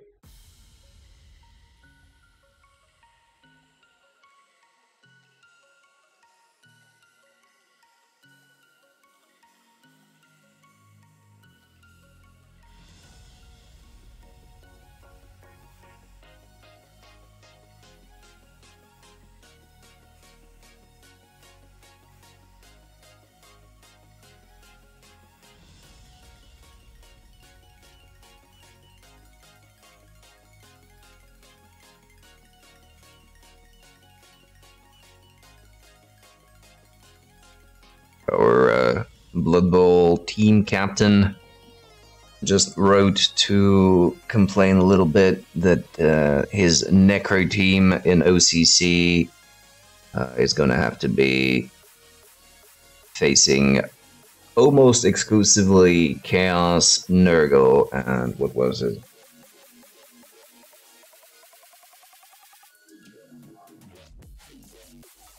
Four Nurgles, one Chaos out of 10 teams. So actually it's a 50-50. No, it's not that bad. A little bit worse.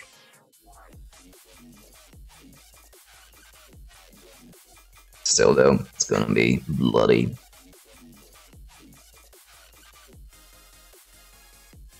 And he is in the higher tier. Not categories, what the fuck was the word?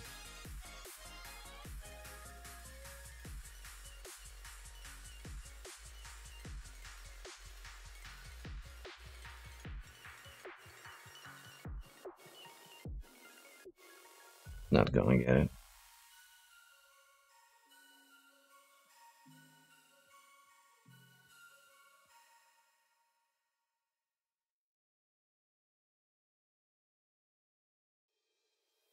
Usually I'm not that much at a loss for words.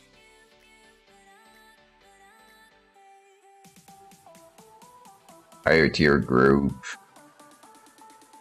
I don't know, there was a dedicated term for it.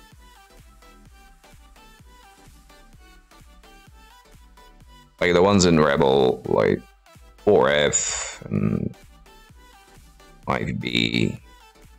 What were those? Not groups, not section. Divisions! Divisions, goddammit. There's the thing. He's in a higher tier division. Whew!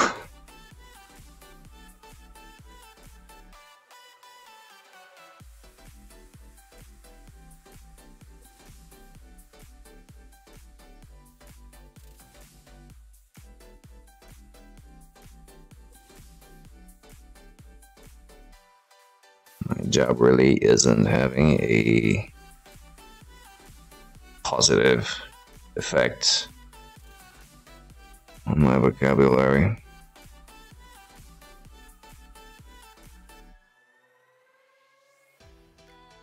I literally feel like I'm growing dumber by the day. Literally.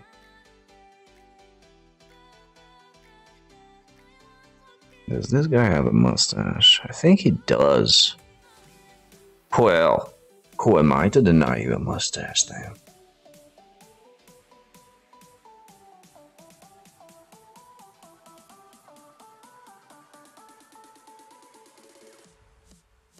Does that mean I can only play these dudes during November? I cannot field them during any other month.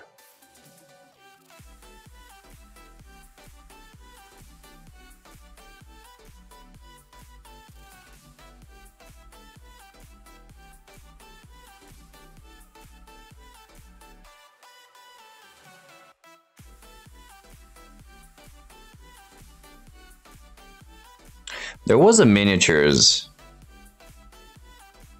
theme for November, but what the hell was it? I remember October is Orktober, and I think there was something about November as well that wasn't Movember. What did I do then last week? Were you playing mustachioed dudes? I don't think you're Chaos Pact. Oh, you mean because you yourself have grown a bushy stash? I don't know.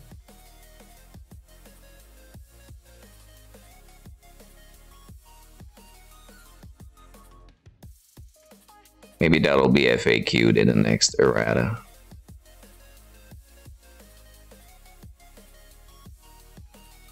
Yeah, gotcha. They might introduce it as a new rule.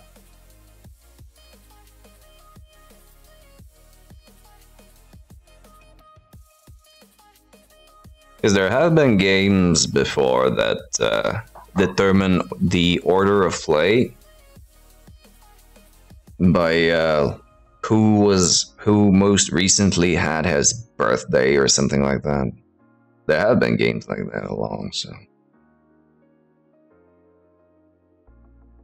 wouldn't be much of a surprise if they had some sort of crap like that.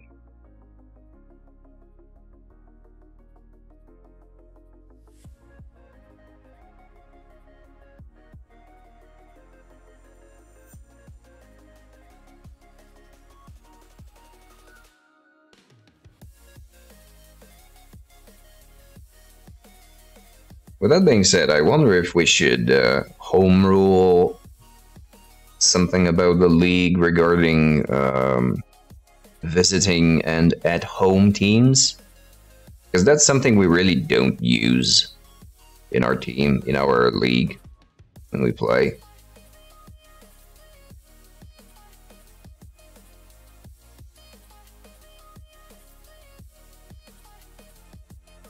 Because that usually only applies when you have some stadium enhancement. So I don't know.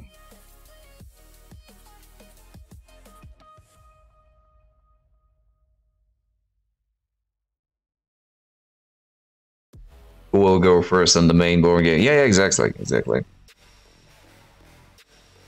There were ones with name, like what letter your name starts with and stuff like that. I have to read into them. No, there aren't currently, unless I don't remember if Tabletop introduced stadiums at any point. But I do remember that it was a thing in Blood Bowl 2, and currently still is, even though in CCL they removed stadium enhancements for whatever reason. They are still a thing in some private leagues. Rebel still uses them. I don't know, just food for thought, I guess.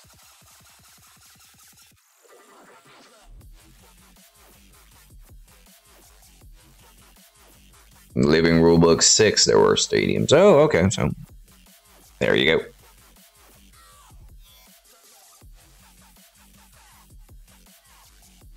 Alright, well, we cleaned up.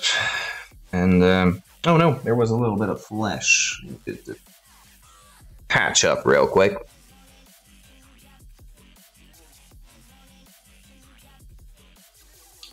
CCL's some mod get bit, yeah. But then again, CCL is so min-maxy that I don't know. I don't think it was game-breaking, but I don't know. I don't really understand a lot of meta in CCL, so I'm not gonna pretend I do. And by CCL, I mean ranked, because it's no longer called CCL.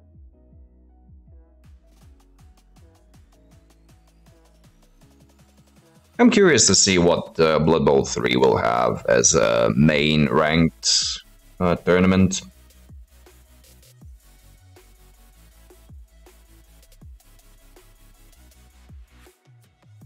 But it'll be a while until we get to know anything about it, because it was once again, I think it's the first time, but it's definitely not the last that stuff around this product will be delayed, I think.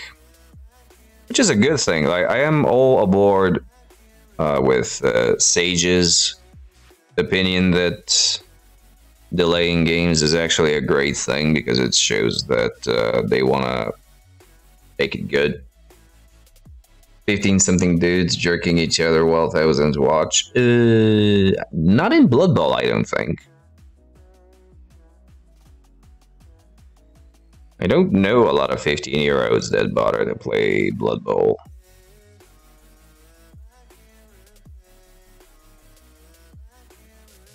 It was really cool though. On BB3 is probably 1-2% ready. I think it's more than that because it doesn't use that much of a different technology.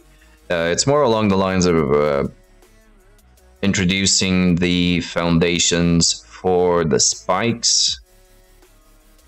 15 like number of mods. Oh, gotcha. Yeah, probably, maybe. It's not out of the question, yeah.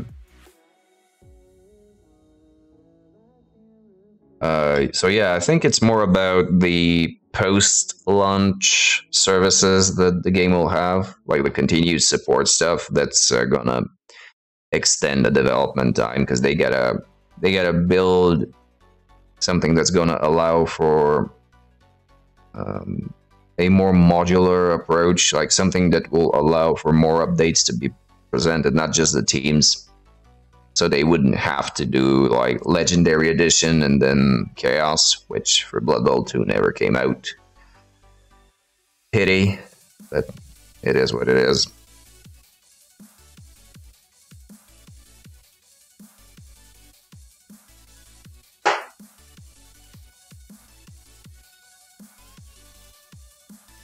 Now we are on to shading. Yep.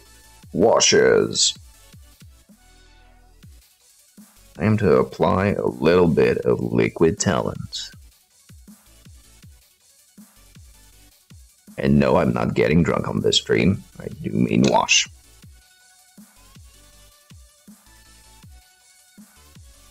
Where do we start? Let's start with...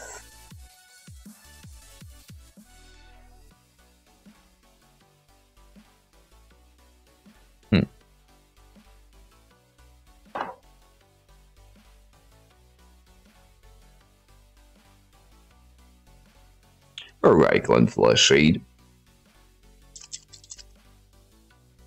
He says.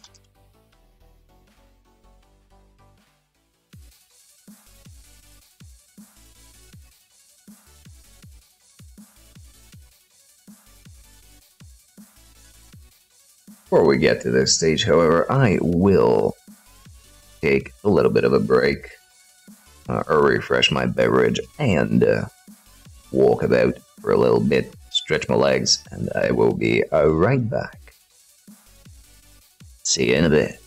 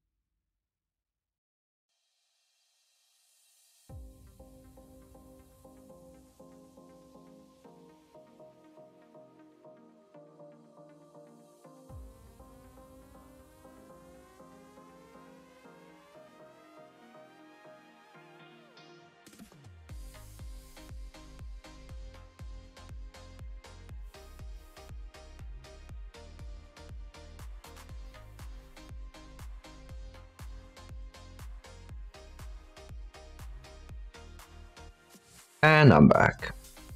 Question: what is it with people wearing hoodies and knitted hats indoors? Is it gangsta? No, I think it's a lot more of a pragmatic thing. I think it's just cold.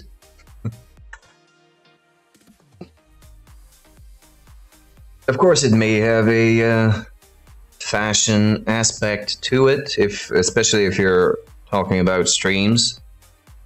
But yeah, more often than not, it's that.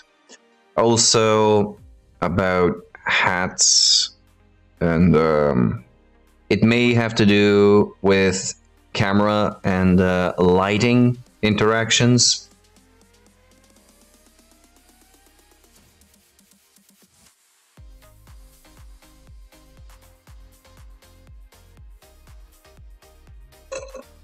But I think it's mostly just, especially if it's knitted, I think it's just about cold. Because most of the people, especially if we're talking painting streams and such, are usually painting in like an attic or a shed, some sort of man cave in general that may or may not be properly heated. And since it's January, you may find quite a few of those.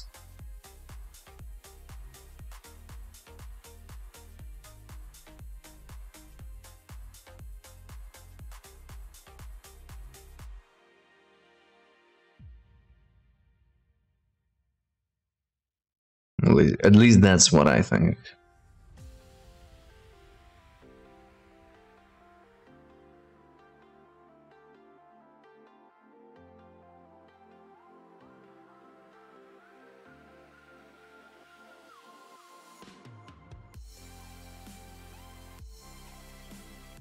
You also get quite a few painters using compression gloves, but that is also a fairly practical thing to do.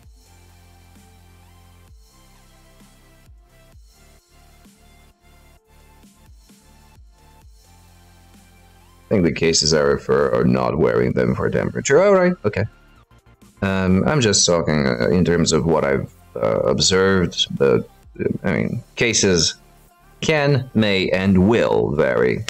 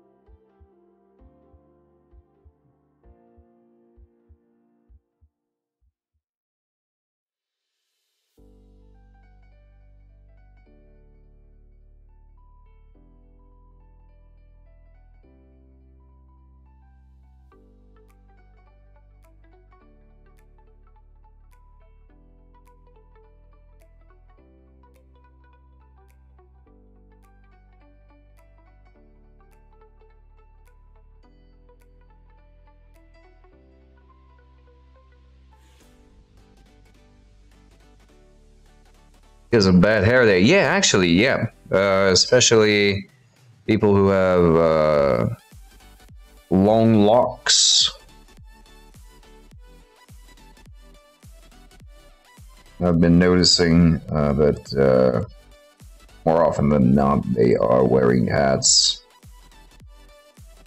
during their stream.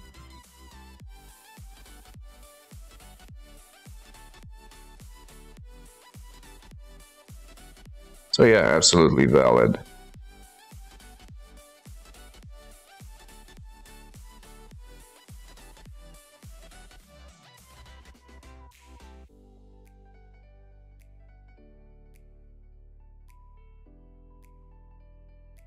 Or if you're feeling insecure about balding and don't want to show your baldness. Yeah, no, not just the camera. So, like I mentioned, there are some interactions with the lighting.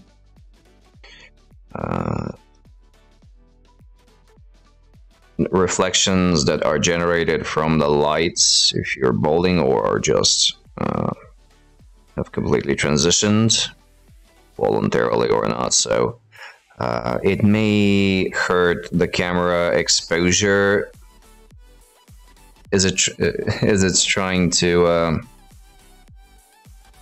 compensate. Like I've talked at length about my issues with camera exposure and exposure correction, and one of the things that I forgot to mention is an issue is that because I'm so stupidly pale, if I leave the exposure to manual and fixed, whenever my hands get in the camera, there is a bloom that happens, which is very annoying. It's not boldness, it's solar panel for sex machine. Abso-fucking-lutely.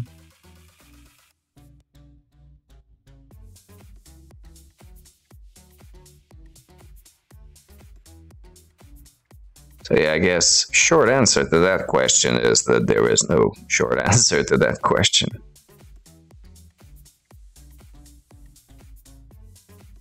Which I seriously doubt has any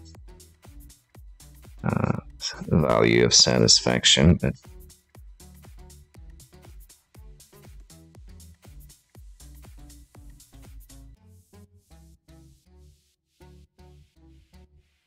thought everyone in my family bolds, but me starting to think, not my dad's son.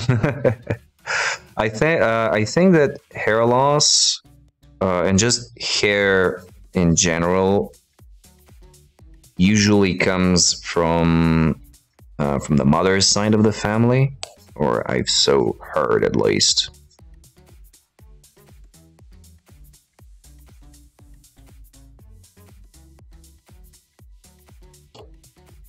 There's a good point of view.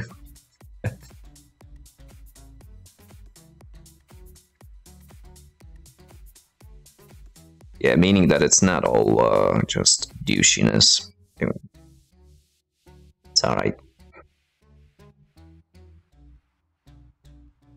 That might, again, switching. A huge part of the conversation goes on in my head, and the point at which I actually start speaking is somewhere intermittently. So I do apologize if sometimes it appears as though I'm talking out of nowhere. Switching between themes, between topics.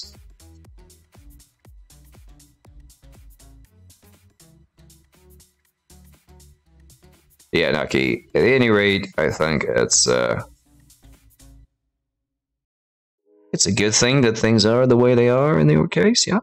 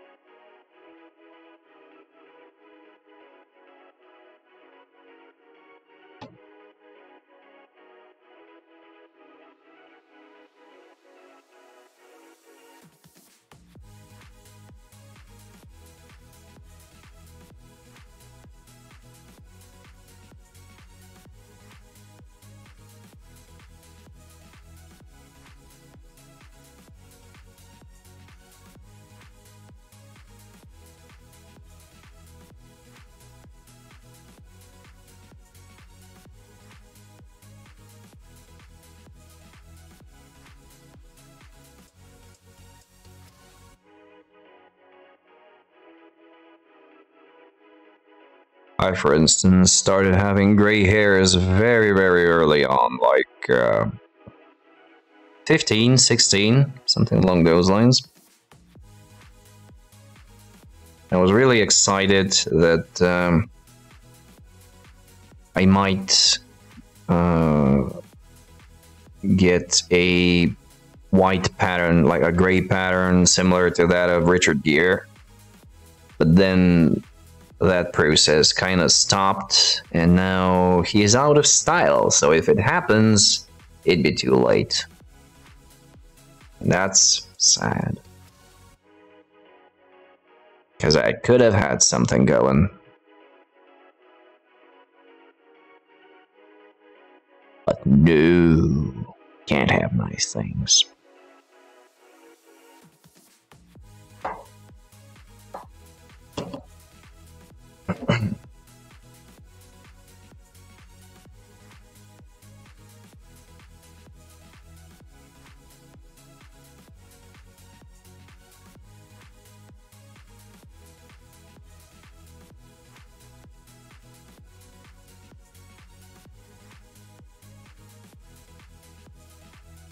I wonder if the Raycon Fleche will white out again on the shoulder pads, as it has on some models and not on others, which has baffled me over the course of this project.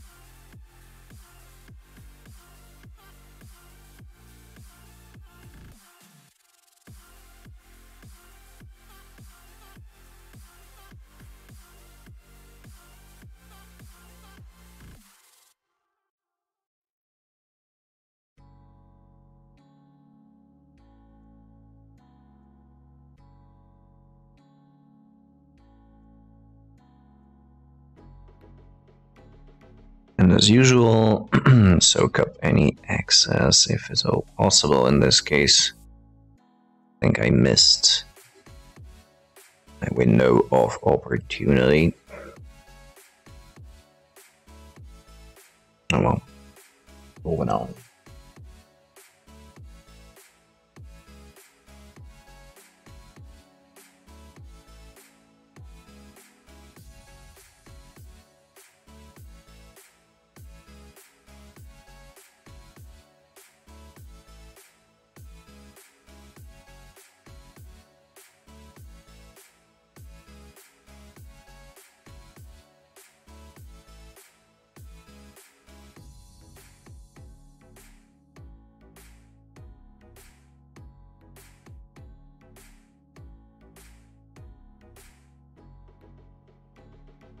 It is still a bit goopy. I maybe not shaking the washes enough.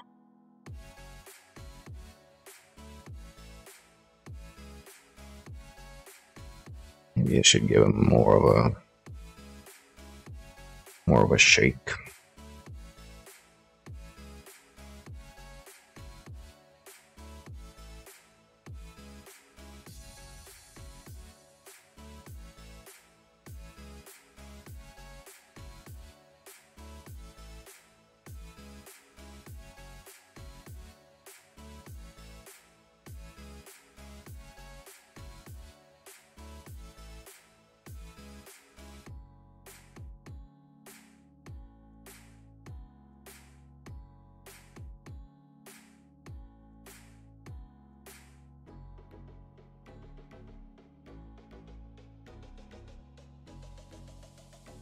You know what will shake?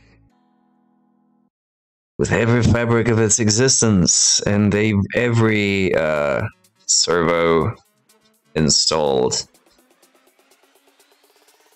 with all its attention. Yes. Yes. Still waiting on that bionic monkey.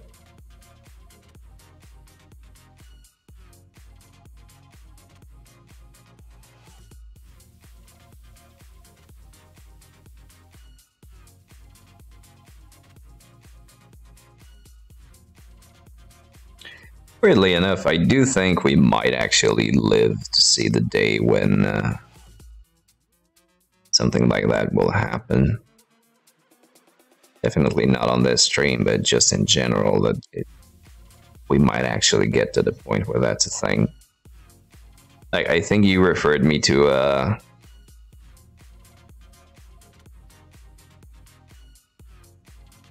news article that had something to do with it.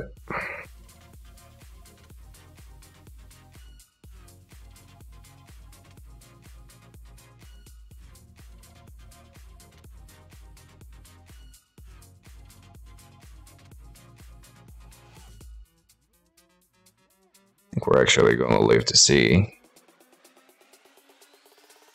a very significant amount of shit.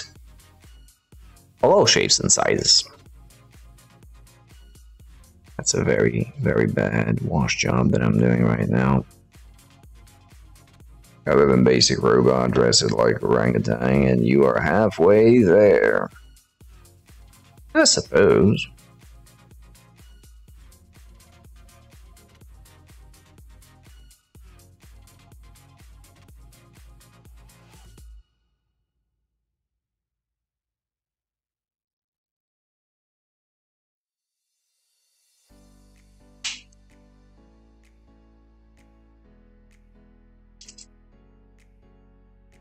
You only have to watch out for Adeptus Mechanicus retaliation.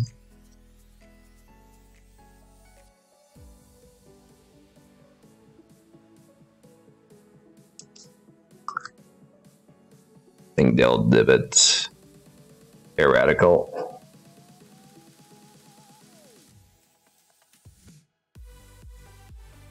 Even if I sing the litany of computer restart.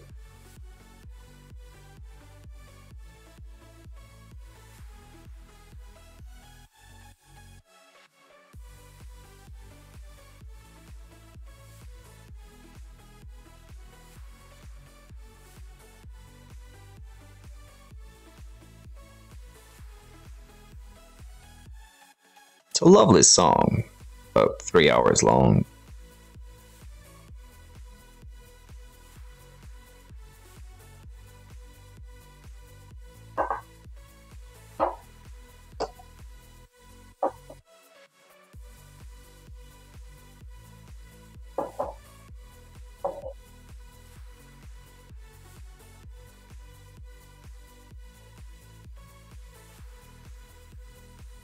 Interesting. Did they put you in aggro flagellant mode for that offense or something else? I don't know, and I don't want to find out.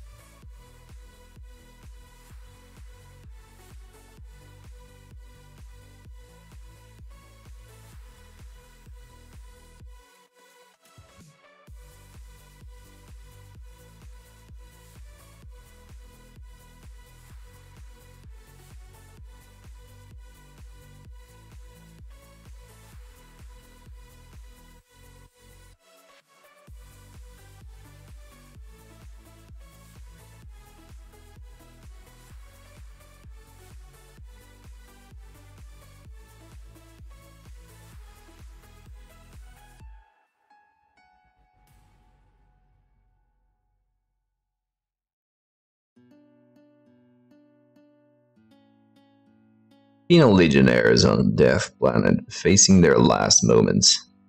Hey buddy, what are you here for? Defiling a toaster.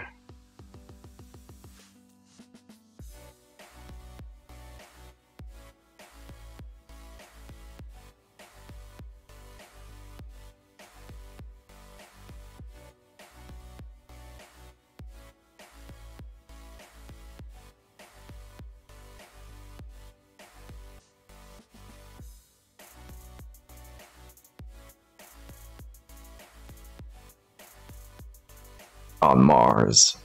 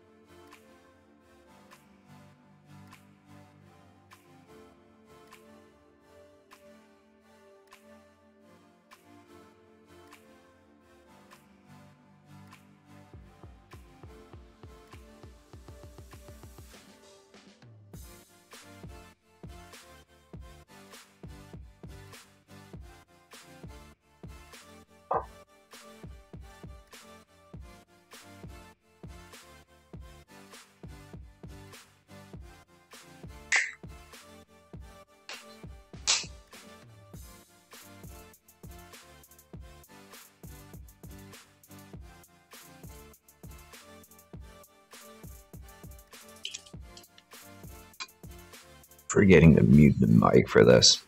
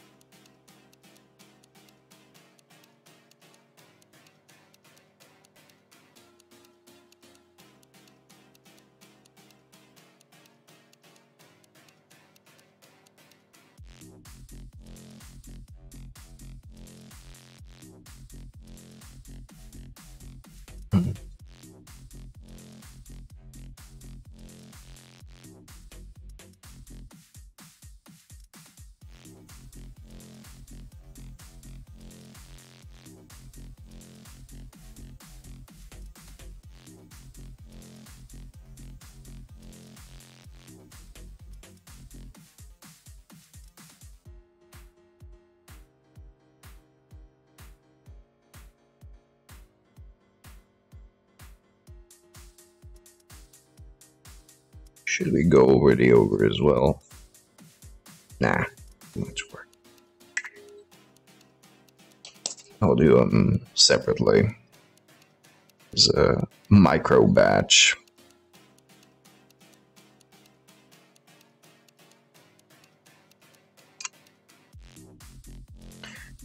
Alright, so next wash on the menu is the blue one.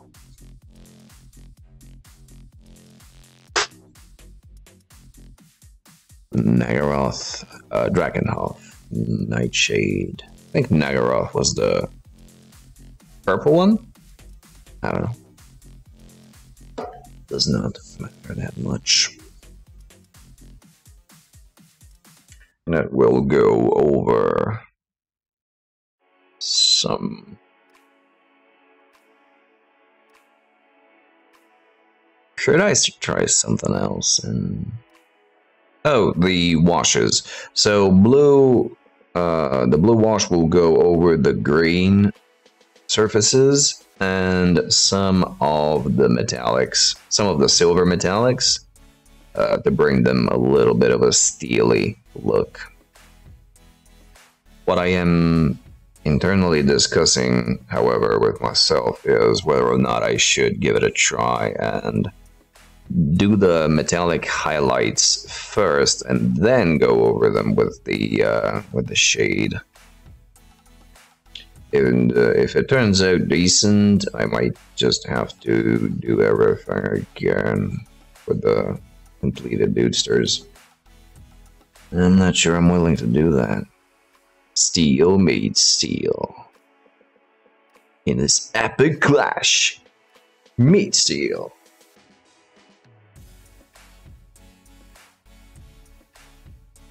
Yeah.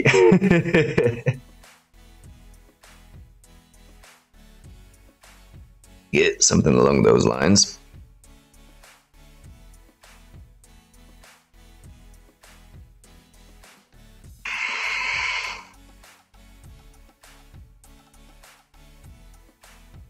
Wow, that vape was loud.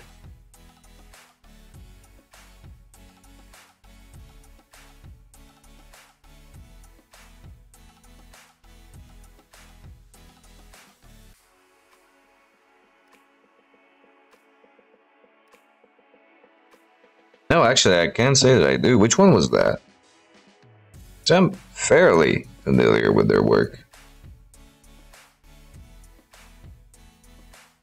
Cold, wait for it, still. Okay. No, actually, I haven't heard that one.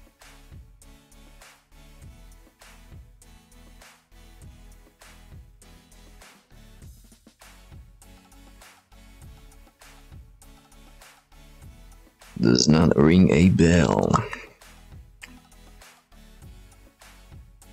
I did listen to some of their newer stuff though, and like the duet they have that the vocalist had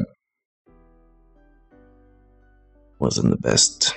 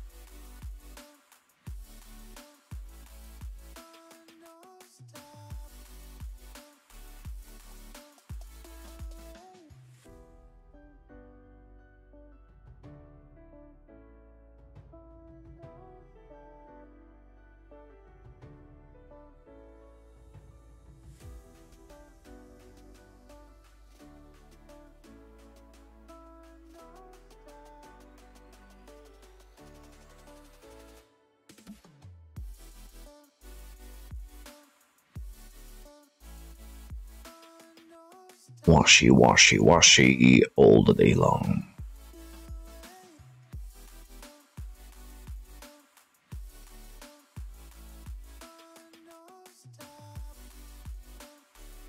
See, that one covers goes over a lot better.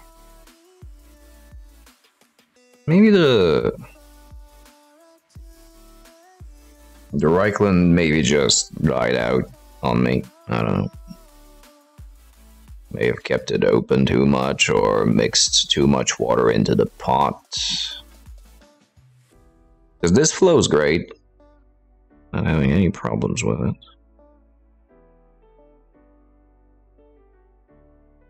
Odd.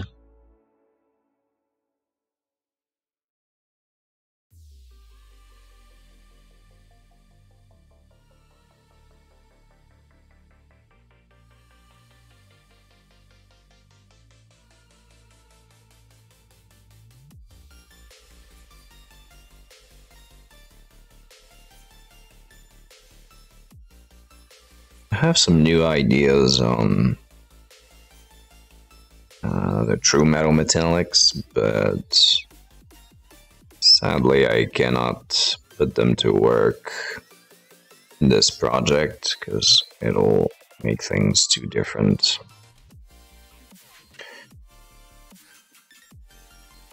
But I might go over all of them with something else at the end. Alright, these guys actually don't have whatchamacallit. They don't have steely bits, so their silvers I will shade with Agrex Earth Shade instead. Feeling like a proper fool right now. What? Why? Got a Vallejo air paint that's real close to previous Citadel I used as a mid-purple tone. Okay. What happened? Worked so long with the first night. Okay, I don't like where this is going.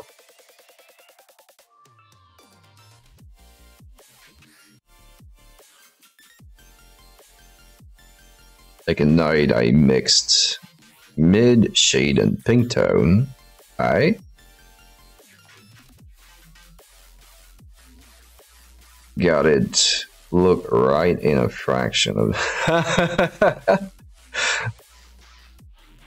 Well, that's actually a good thing, isn't it? Yeah, that's the problem where you paint either batch or just anytime you're not painting a one-off model. I think this is something that's very likely to happen.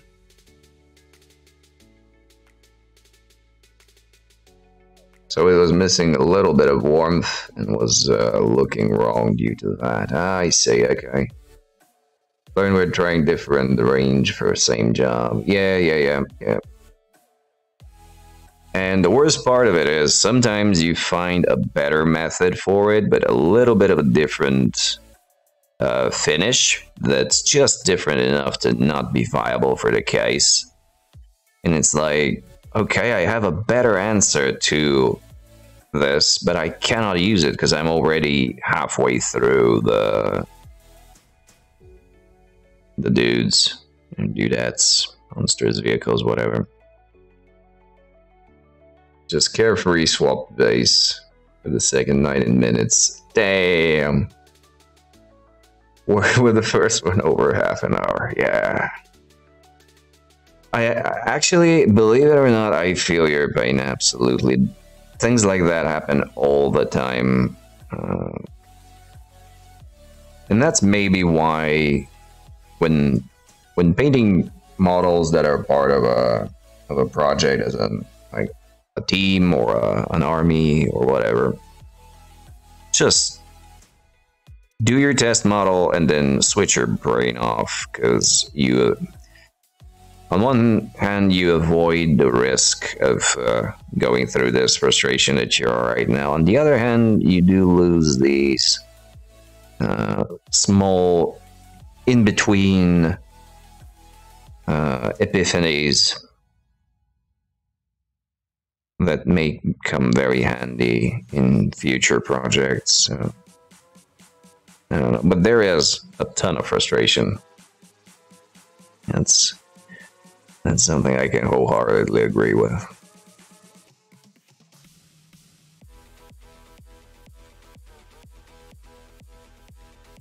Blitzers, I'd like the purple looking good on. Yeah, they are kind of centerfold. The main carries, so to speak.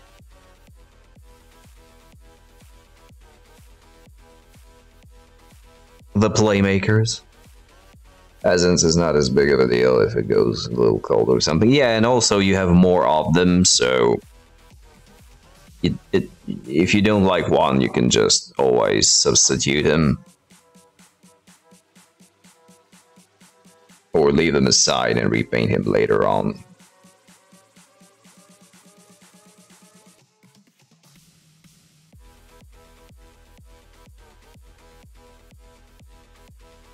Still though, do make a note of that for any time in the future that you may need to do that again.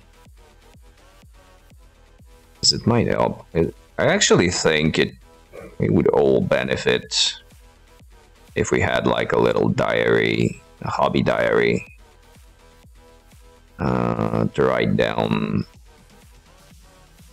these, as Bob Ross would call them, happy little incidents. Because they pile up, and they are in fact a driving force to learning and developing.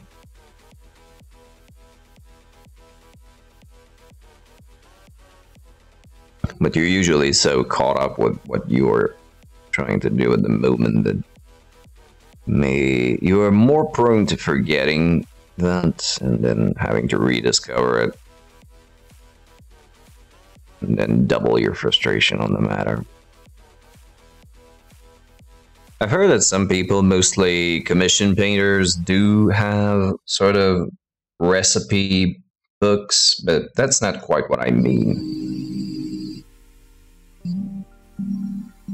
More along the lines of, tried this and it looked good for this. Like, just as a cliff note, try it again. It's whenever you need to do a color or a texture. I don't know.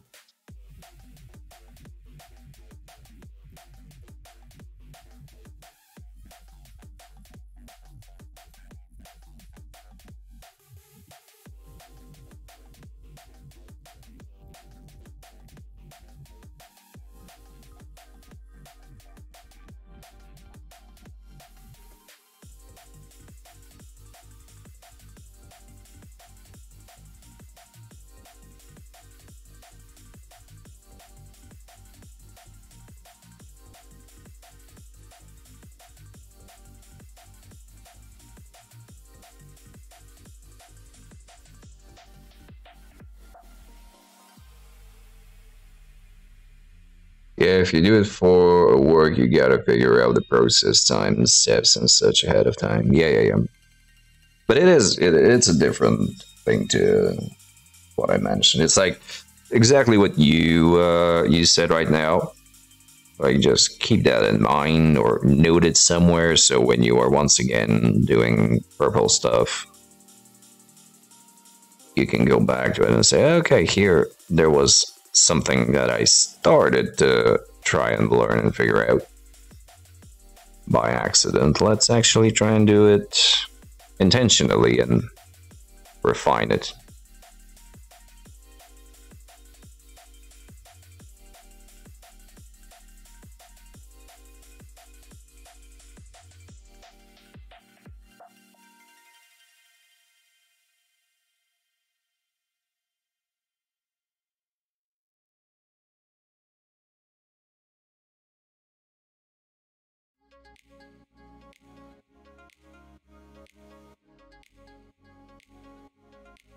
Similarly, when painting one-offs,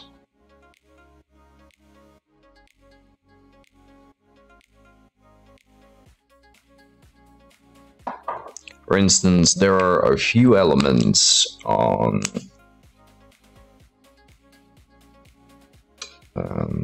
my accounts as Mighty Zug that I do like how they came out, but right now I can no longer remember what they were because they were a little bit of a back and forward process.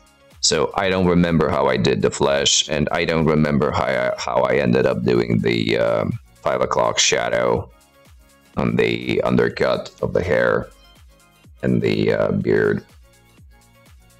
I remember how I started, but I remember changing it, but not, I don't know how. And I kind of like the effect and would like to replicate it somewhere, but I have no idea how.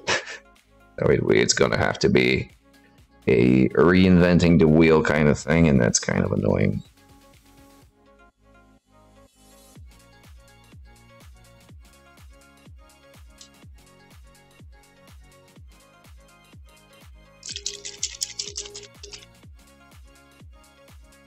Okay, last alignment.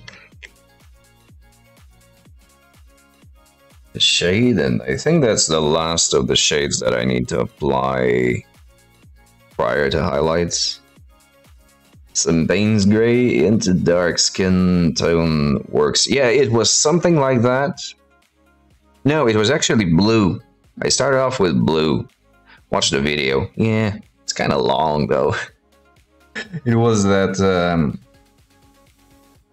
the anniversary stream that was like 10 hours or something.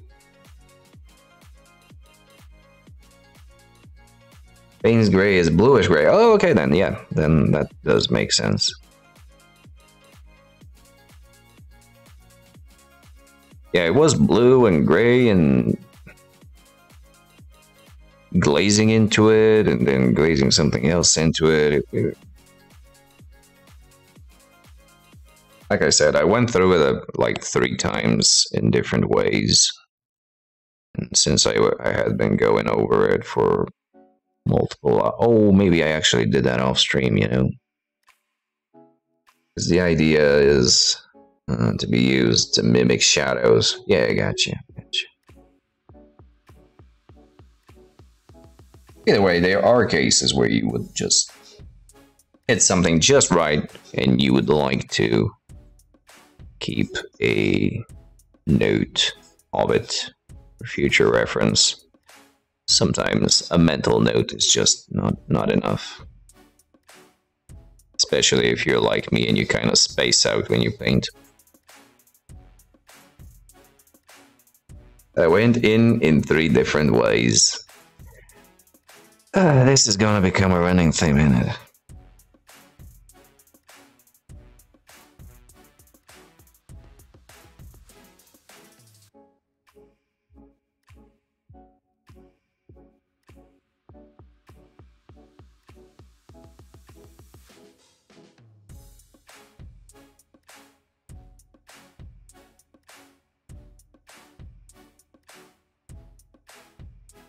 Maybe for now I use Citadel Midtone just for convenience sake as I have it. Yeah, that's something that's waiting me as well as I'm trying to phase out of the Citadel stuff, that there are things that I'm just so used to doing with the Citadel paints, the exact colors. I just know how they behave, and the prospect is a little bit daunting.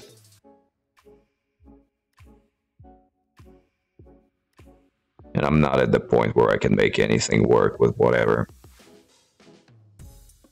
I need to actually know the paint that I'm working with.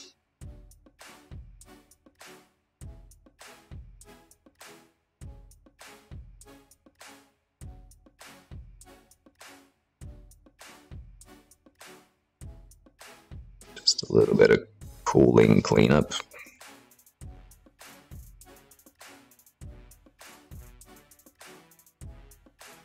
And recess shading these deepest recesses where the different surfaces touch, and that ought to be it. All right.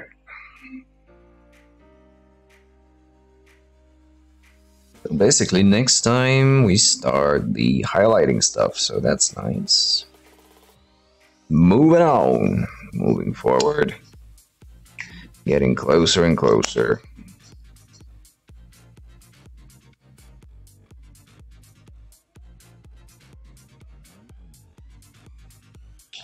Getting it done. Oh god.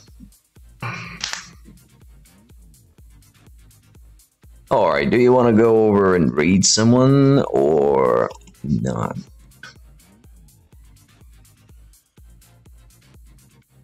How do you guys feel?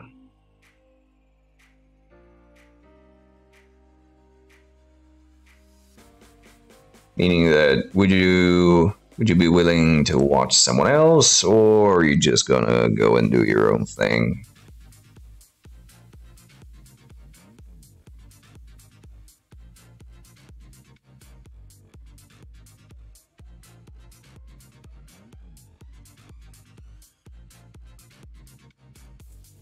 Nah, I feel nothing. Shit. Okay, well, let's check things out then. Hermit Derp.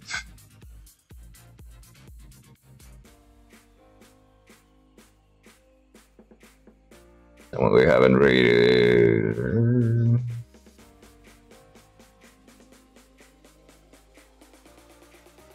in a while. Who would it be?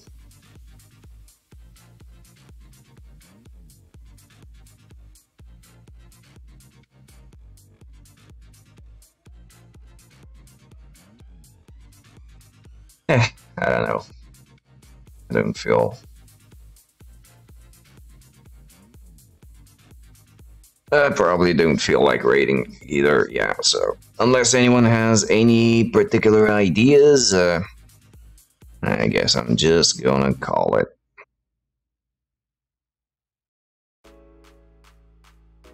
And a 3, and a 2, and a 1. Alright then, so everybody, as usual, very, very many thanks for sticking around, coming along, and keeping me company. It is very appreciated, and it makes this painting journey, hobby, and all that much more fun. So, as per usual, a lovely rest of your evening. Keep doing what you love and loving what you do. I've been Butch, signing out. Bye-bye, guys, and see you on the flip side.